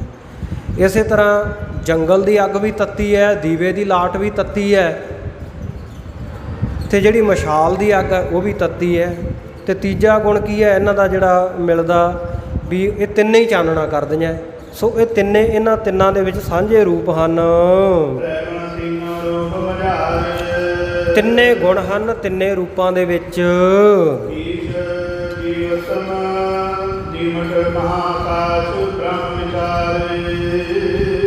ਹਾਂਜੀ, ਇਸੇ ਪ੍ਰਕਾਰ ਕਹਿੰਦੇ ਈਸ਼ਰ, ਜੀਵ ਅਤੇ ਬ੍ਰਹਮ ਤਿੰਨਾਂ ਨੂੰ ਵਿਚਾਰ ਲਓ। ਜਿਵੇਂ ਅੱਗ ਦੇ ਤਿੰਨ ਰੂਪ ਆ ਨਾ, ਇਸੇ ਤਰ੍ਹਾਂ ਈਸ਼ਰ, ਬ੍ਰਹਮ ਅਤੇ ਜੀਵ, ਇਹਨਾਂ ਨੂੰ ਤਿੰਨ ਰੂਪ ਜਾਣ ਲਵੋ। ਫਿਰ ਉਦਾਹਰਨ ਦਿੰਦੇ ਆ, ਕਹਿੰਦੇ ਜਿਵੇਂ ਇੱਕ ਆਕਾਸ਼ ਹੈ ਅਤੇ ਤ੍ਰੈ ਭੇਦ ਬਣਾਏ, ਉਹਦੇ ਤਿੰਨ ਭੇਦ ਬਣਾਏ ਜਾਂਦੇ ਹਨ। ਇੱਕ ਨੂੰ ਕਿਹਾ ਜਾਂਦਾ ਘਟਾ ਆਕਾਸ਼, ਦੂਜੇ ਨੂੰ ਕਿਹਾ ਜਾਂਦਾ ਮਟਾ ਆਕਾਸ਼, ਅਤੇ ਤੀਜਾ ਹੈ ਮਹਾ ਆਕਾਸ਼। ਹੈ ਤਾਂ ਇੱਕੋ ਹੀ ਮਹਾ ਆਕਾਸ਼, ਪਰ ਜੇ ਘੜੇ ਵਿੱਚ ਦਿਖਾਈ ਦਿੰਦਾ ਤਾਂ ਉਹਨੂੰ ਘਟਾ ਆਕਾਸ਼ ਕਹਿੰਦੇ ਆ। ਜੇ ਕੋਠੇ ਵਿੱਚ, ਘਰ ਦੇ ਵਿੱਚ, ਘਟ ਦੇ ਵਿੱਚ ਦਿਖਾਈ ਦਿੰਦਾ ਤਾਂ ਉਹਦਾ ਨਾਮ ਫਿਰ ਮਠਾ ਆਕਾਸ਼ ਕਿਹਾ ਜਾਂਦਾ। ਮਠ ਦੇ ਵਿੱਚ ਦਿਖਦਾ। ਘਟਾ ਆਕਾਸ਼, ਮਟਾ ਆਕਾਸ਼ ਅਤੇ ਮਹਾ ਆਕਾਸ਼, ਇਹ ਆਕਾਸ਼ ਦੇ ਤਿੰਨ ਭੇਦ ਹਨ, ਤਿੰਨ ਵੱਖਰੇ ਵੱਖਰੇ ਜਾਣੇ ਜਾਂਦੇ ਹਨ ਸਰੂਪ। ਪਰ ਇਹ ਛੋਟੇ ਵੱਡੇ ਜਾਣੇ ਜਾਂਦੇ ਆ, ਕਿਉਂ? ਉਪਾਦ ਦੇ ਕਾਰਨ, ਗੁਣ ਦੇ ਕਾਰਨ। ਉਪਾਦ ਨਾਮ ਹੈ ਵੀ ਜਦੋਂ ਕਿਸੇ ਚੀਜ਼ ਦਾ ਗੁਣ ਕਿਸੇ ਕਾਰਨ ਕਰਕੇ ਬਣਦਾ। ਕਾਰਨ ਕੀ ਹੈ? ਵੱਖਰਾ ਕਿਵੇਂ ਪ੍ਰਤੀਤ ਹੋ ਰਿਹਾ ਹੈ ਤਾਂ ਇੱਕੋ ਹੀ ਮਹਾ ਆਕਾਸ਼, ਉਹ ਘੜੇ ਦੇ ਵਿੱਚ ਹੈ, ਇਸ ਕਰਕੇ ਉਹ ਘਟਾ ਆਕਾਸ਼ ਹੋ ਗਿਆ। ਮੱਠ ਦੇ ਵਿੱਚ, ਕਮਰੇ ਵਿੱਚ, ਇਮਾਰਤ ਵਿੱਚ ਆ ਤਾਂ ਮਠਾ ਆਕਾਸ਼ ਹੋ ਗਿਆ। ਇਹ ਤਿੰਨ ਭੇਦ ਜਿਹੜੇ ਕਹਿੰਦੇ ਉਪਾਧੀ ਕਰਕੇ ਹੀ ਛੋਟੇ ਵੱਡੇ ਆ। ਘੜੇ ਦੇ ਵਿੱਚ ਛੋਟਾ ਜਿਹਾ ਦਿੰਦਾ ਉਹ ਆਕਾਸ਼, ਅਤੇ ਉਹ ਮੱਠ ਦੇ ਵਿੱਚ, ਮਕਾਨ ਦੇ ਵਿੱਚ ਥੋੜ੍ਹਾ ਜਿਹਾ ਵੱਡਾ ਦਿਖਦਾ। ਅਤੇ ਮਹਾ ਆਕਾਸ਼ ਜਦੋਂ ਬੱਦਲਾਂ ਦੇ ਵਿੱਚ ਦੇਖਦੇ ਆ, ਮੇਘਾ ਆਕਾਸ਼, ਮਹਾ ਆਕਾਸ਼, ਉਹ ਬਹੁਤ ਵਿਸ਼ਾਲ ਰੂਪ ਵਿੱਚ ਦਿਖਦਾ ਹੈ। ਜਦੋਂ ਕਹਿੰਦੇ ਇਹਨਾਂ ਦਾ ਕਾਰਨ ਜਿਹੜੀ ਉਪਾਧੀ ਹੈ ਇਹਦਾ ਨਾਸ਼ ਕਰ ਦਿੱਤਾ ਜਾਵੇ, ਜਿਹਦੇ ਕਾਰਨ ਕਰਕੇ ਵੱਖਰੇ ਵੱਖਰੇ ਦਿਖ ਰਿਹਾ, ਉਹਦਾ ਨਾਮ ਉਪਾਧੀ ਹੈ। ਉਪਾਧੀ ਵੈਸੇ ਉਪਾਧੀ ਸ਼ਬਦ ਦੇ ਬਹੁਤ ਅਰਥ ਭਾਈ ਕਾਹਨ ਸਿੰਘ ਨਾਭਾ ਜੀ ਨੇ ਕੀਤੇ ਆ। ਉਪਾਧੀ ਨਾਮ ਟਾਈਟਲ ਦਾ ਵੀ ਹੈ। ਕਿਸੇ ਦਾ ਨਾਮ ਜਦੋਂ ਆਪਾਂ ਲਿਖਦੇ ਹਾਂ, ਜਿਵੇਂ ਲਿਖਦੇ ਆ ਵੀ ਡਾਕਟਰ ਫਲਾਣਾ ਸਿੰਘ ਜਾਂ PhD MA ਇੱਦਾਂ ਲਿਖਦੇ ਆ ਨਾ ਡਾਕਟਰ, ਤਾਂ ਕਿਸੇ ਦੇ ਨਾਮ ਦੇ ਨਾਲ ਕੋਈ ਨਾ ਕੋਈ ਉਪਾਧੀ ਲੱਗਦੀ ਹੁੰਦੀ ਹੈ। ਸਰਦਾਰ ਸਾਹਿਬ, ਭਾਈ ਸਾਹਿਬ, ਸੋ ਉਹ ਉਪਾਧੀਆਂ ਹੁੰਦੀਆਂ ਜਿਹੜੀਆਂ, ਉਹ ਉਪਾਧੀ ਹੈਗਾ ਨਾਮ ਟਾਈਟਲ ਦਾ। ਕਿਸੇ ਦਾ ਜਿਹੜਾ ਨਾਮ ਦੇ ਅੱਗੇ ਅਗੇਤਰ ਲੱਗਦਾ, ਪ੍ਰੀਫਿਕਸ ਲੱਗਦਾ, ਸੋ ਉਹਦਾ ਅਰਥ ਵੀ ਉਪਾਧੀ ਹੈ। ਪਰ ਇੱਥੇ ਉਹ ਅਰਥ ਨਹੀਂ, ਇੱਥੇ ਉਪਾਧੀ ਹੈ ਵੀ ਗੁਣ ਕਰਕੇ, ਕਾਰਨ ਕਰਕੇ। ਕਹਿੰਦੇ ਜਦੋਂ ਇਹ ਉਪਾਧੀ ਉਹਨਾਂ ਦੀ ਨਾਸ਼ ਹੋ ਗਈ, ਵੀ ਘੜੇ ਕਰਕੇ ਉਪਾਧੀ ਬਣੀ ਸੀ ਅਤੇ ਦੂਜਾ ਮੱਠ ਕਰਕੇ, ਮਕਾਨ ਕਰਕੇ ਬਣੀ ਸੀ। ਸੋ ਕਹਿੰਦੇ ਜਦੋਂ ਉਪਾਧੀ ਖਤਮ ਹੋ ਗਈ ਤਾਂ ਇੱਕ ਹੀ ਸੋਏ, ਫਿਰ ਇੱਕੋ ਹੀ ਮਹਾ ਆਕਾਸ਼ ਰਹਿ ਜਾਂਦਾ ਹੈ। ਇਸੇ ਤਰ੍ਹਾਂ ਸਾਖਿਆਤਕਾਰ ਹੋ ਜਾਂਦਾ ਜਦੋਂ ਬ੍ਰਹਮ, ਉਸ ਵੇਲੇ ਉਹ ਇੱਕੋ ਹੀ ਬ੍ਰਹਮ ਦਿਖਾਈ ਦਿੰਦਾ ਹੈ। ਉੱਥੇ ਫਿਰ ਕਹਿੰਦੇ ਭਾਵ ਆ, ਭਾਵ ਹੋਣਾ ਜਾਂ ਨਾ ਹੋਣਾ ਇਹ ਨਹੀਂ ਰਹਿ ਜਾਂਦਾ। ਇਸ ਨੂੰ ਵਿਵੇਕ ਦੇ ਨਾਲ ਵਿਚਾਰ ਲਵੋ, ਗਿਆਨ ਦੇ ਨਾਲ। ਹਾਂ, ਜਿਹੜੇ ਵੇਦ ਦੇ ਮਹਾਵਾਕ ਹਨ, ਤਤਵਮਸੀ, ਤਤਵਮਸੀ, ਕਿ ਉਹ ਬ੍ਰਹਮ ਮੈਂ ਹਾਂ, ਅਹੰ ਬ੍ਰਹਮਾ ਸਮੀ, ਮੈਂ ਉਹ ਬ੍ਰਹਮ ਦਾ ਸਰੂਪ ਹਾਂ। ਸੋ ਪ੍ਰਾਗਿਆਮਾਨੰਦ ਬ੍ਰਹਮ, ਅਤੇ ਇਸੇ ਪ੍ਰਕਾਰ ਜਿਹੜੇ ਇਹ ਚਾਰ ਮਹਾਵਾਕ ਹਨ ਵੇਦ ਦੇ, ਸੋ ਅਹੰ ਬ੍ਰਹਮਾ ਸਮੀ। ਸੋ ਇਹ ਜਿਹੜੇ ਚਾਰ ਵੇਦ ਦੇ ਵਾਕ ਹਨ, ਅਯੰ ਆਤਮਾ ਬ੍ਰਹਮ, ਸੋ ਇਹਨਾਂ ਸਾਰਿਆਂ ਨੂੰ ਕਹਿੰਦੇ ਜਦੋਂ ਬਿਰਤੀ ਇੱਕ ਰਸ ਹੋ ਗਈ, ਇਹ ਪਤਾ ਲੱਗ ਗਿਆ ਮੈਂ ਹੀ ਬ੍ਰਹਮ ਹਾਂ, ਮੈਂ ਬ੍ਰਹਮ ਦਾ ਸਰੂਪ ਹਾਂ, ਨਾ ਉਥਤੈ ਭਰਮ। ਉਸ ਵੇਲੇ ਕਹਿੰਦੇ ਫਿਰ ਭਰਮ ਦਾ ਉਥਾਨ ਨਹੀਂ ਹੁੰਦਾ, ਭਰਮ ਨਹੀਂ ਉਪਜਦਾ। ਸਰੋਤਰੀ ਬ੍ਰਹਮ ਨਿਸ਼ਟੀ ਤੇ ਗਿਆਨ, ਜਿਹੜਾ ਬ੍ਰਹਮ ਨੇਸ਼ਟੀ ਬ੍ਰਹਮ ਸਰੋਤਰੀ ਗੁਰੂ ਹੈ ਉਸ ਤੋਂ ਗਿਆਨ ਪਾ ਕੇ ਆਏ ਮਨੁੱਖ ਬੰਧਨ ਮਮੋਕਸ਼ੂ ਆ, ਜਿਹੜਾ ਮੋਖ ਦੀ ਇੱਛਾ ਰੱਖਦਾ ਹੈ, ਉਹ ਗਿਆਨ ਪ੍ਰਾਪਤ ਕਰਕੇ ਕਹਿੰਦੇ ਬੰਧਨਾਂ ਨੂੰ ਹਾਨ ਕਰ ਲੈਂਦਾ, ਨਾਸ਼ ਕਰ ਲੈਂਦਾ ਹੈ।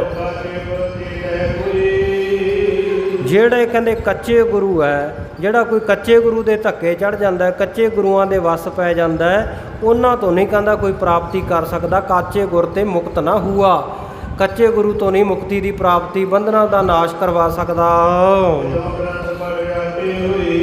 ਤੇ ਜਾਂ ਫਿਰ ਕਹਿੰਦੇ ਕਈਆਂ ਨੇ ਆਪੇ ਗ੍ਰੰਥ ਪੜ੍ਹੇ ਹੋਏ, ਆਪੇ ਗ੍ਰੰਥਾਂ ਦੇ ਪਾਠੀ ਬਣੇ ਹੁੰਦੇ ਆ, ਥੋੜ੍ਹੇ ਬਹੁਤੇ ਜਿਹੜੇ ਗ੍ਰੰਥਾਂ ਨੂੰ ਵਿਚਾਰ ਕੇ ਕਹਿਣ ਵੀ ਅਸੀਂ ਬ੍ਰਹਮ ਦਾ ਸਰੂਪ ਹੋ ਗਏ ਹਾਂ। ਉਹਨਾਂ ਦੀ ਗਤ, ਉਹਨਾਂ ਦੀ ਹਾਲਤ, ਉਹਨਾਂ ਦੀ ਦਸ਼ਾ ਨੂੰ ਸ੍ਰੀ ਗੁਰੂ ਨਾਨਕ ਦੇਵ ਮਹਾਰਾਜ ਸੱਚੇ ਪਾਤਸ਼ਾਹ ਨੇ ਆਖਿਆ ਹੈ, ਜਿਹੜੇ ਕਹਿੰਦੇ ਅਹੰ ਬ੍ਰਹਮਾ ਸਮੀ ਬੋਲਦੇ ਆ ਕਿ ਮੈਂ ਹੀ ਬ੍ਰਹਮ ਹਾਂ। ਸੋ ਕਹਿੰਦੇ ਉਹਨਾਂ ਕੋਲ ਸਿਰਫ ਬੋਲਣ ਮਾਤਰ ਹੀ ਹੈ। ਜਿਵੇਂ ਗੁਰੂ ਨਾਨਕ ਦੇਵ ਮਹਾਰਾਜ ਸੱਚੇ ਪਾਤਸ਼ਾਹ ਨੇ ਆਖਿਆ ਨਾ ਵੀ ਇੱਕ ਦੂ ਜੀਭਾ ਲੱਖ ਹੋਵੇ, ਲੱਖ ਹੋਵੇ ਲੱਖ 20, ਲੱਖ ਲੱਖ ਗੇੜਾ ਆਖੀਆ ਹੈ, ਏਕ ਨਾਮ ਜਗਦੀਸ਼, ਇਹ ਤਰਾਹ ਪਤ ਪਵੜੀਆ ਚੜ੍ਹਿਆ ਹੋਏ 21, ਸੁਣ ਗੱਲਾ ਆਕਾਸ਼ ਕੀ ਕੀਟਾ ਆਏ ਰੀਸ, ਨਾਨਕ ਨਦਰੀ ਪਾਈ ਹੈ। ਕਹਿੰਦੇ ਉਹਦੀ ਨਦਰ ਦੇ ਨਾਲ ਇਹ ਜਿਹੜਾ ਬ੍ਰਹਮ ਦੀ ਪ੍ਰਾਪਤੀ, ਬ੍ਰਹਮ ਦੇ ਸਰੂਪ ਦਾ ਭੇਦ ਪਾਈਦਾ ਹੈ, ਜਾਣਿਆ ਜਾ ਸਕਦਾ ਹੈ।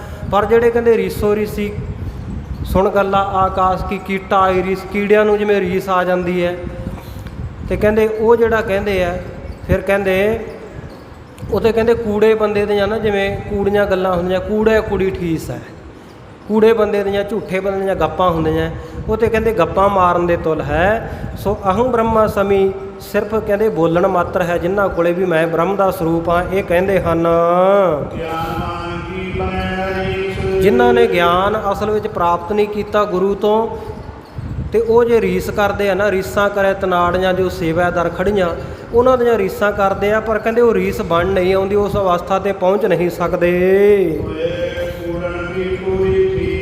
ਕੂੜਿਆਂ ਦੀ ਤਾਂ ਕਹਿੰਦੇ ਕੂੜੀ ਹੀ ਠੀਸ ਹੁੰਦੀ ਹੈ, ਗੱਪਾਂ ਹੀ ਹੁੰਦੀਆਂ। ਸੋ ਉਹ ਕਹਿੰਦੇ ਐਵੇਂ ਝੂਠ ਹੀ ਬੋਲਦੇ ਵੀ ਅਸੀਂ ਬ੍ਰਹਮ ਬਣ ਗਏ। ਸਣ ਟੋਪੀ, ਸਣ ਕੱਪੜੇ, ਜੁੱਤੇ ਸਣੇ ਖੁਦਾ ਨਹੀਂ ਹੁੰਦਾ ਕਦੇ ਵੀ।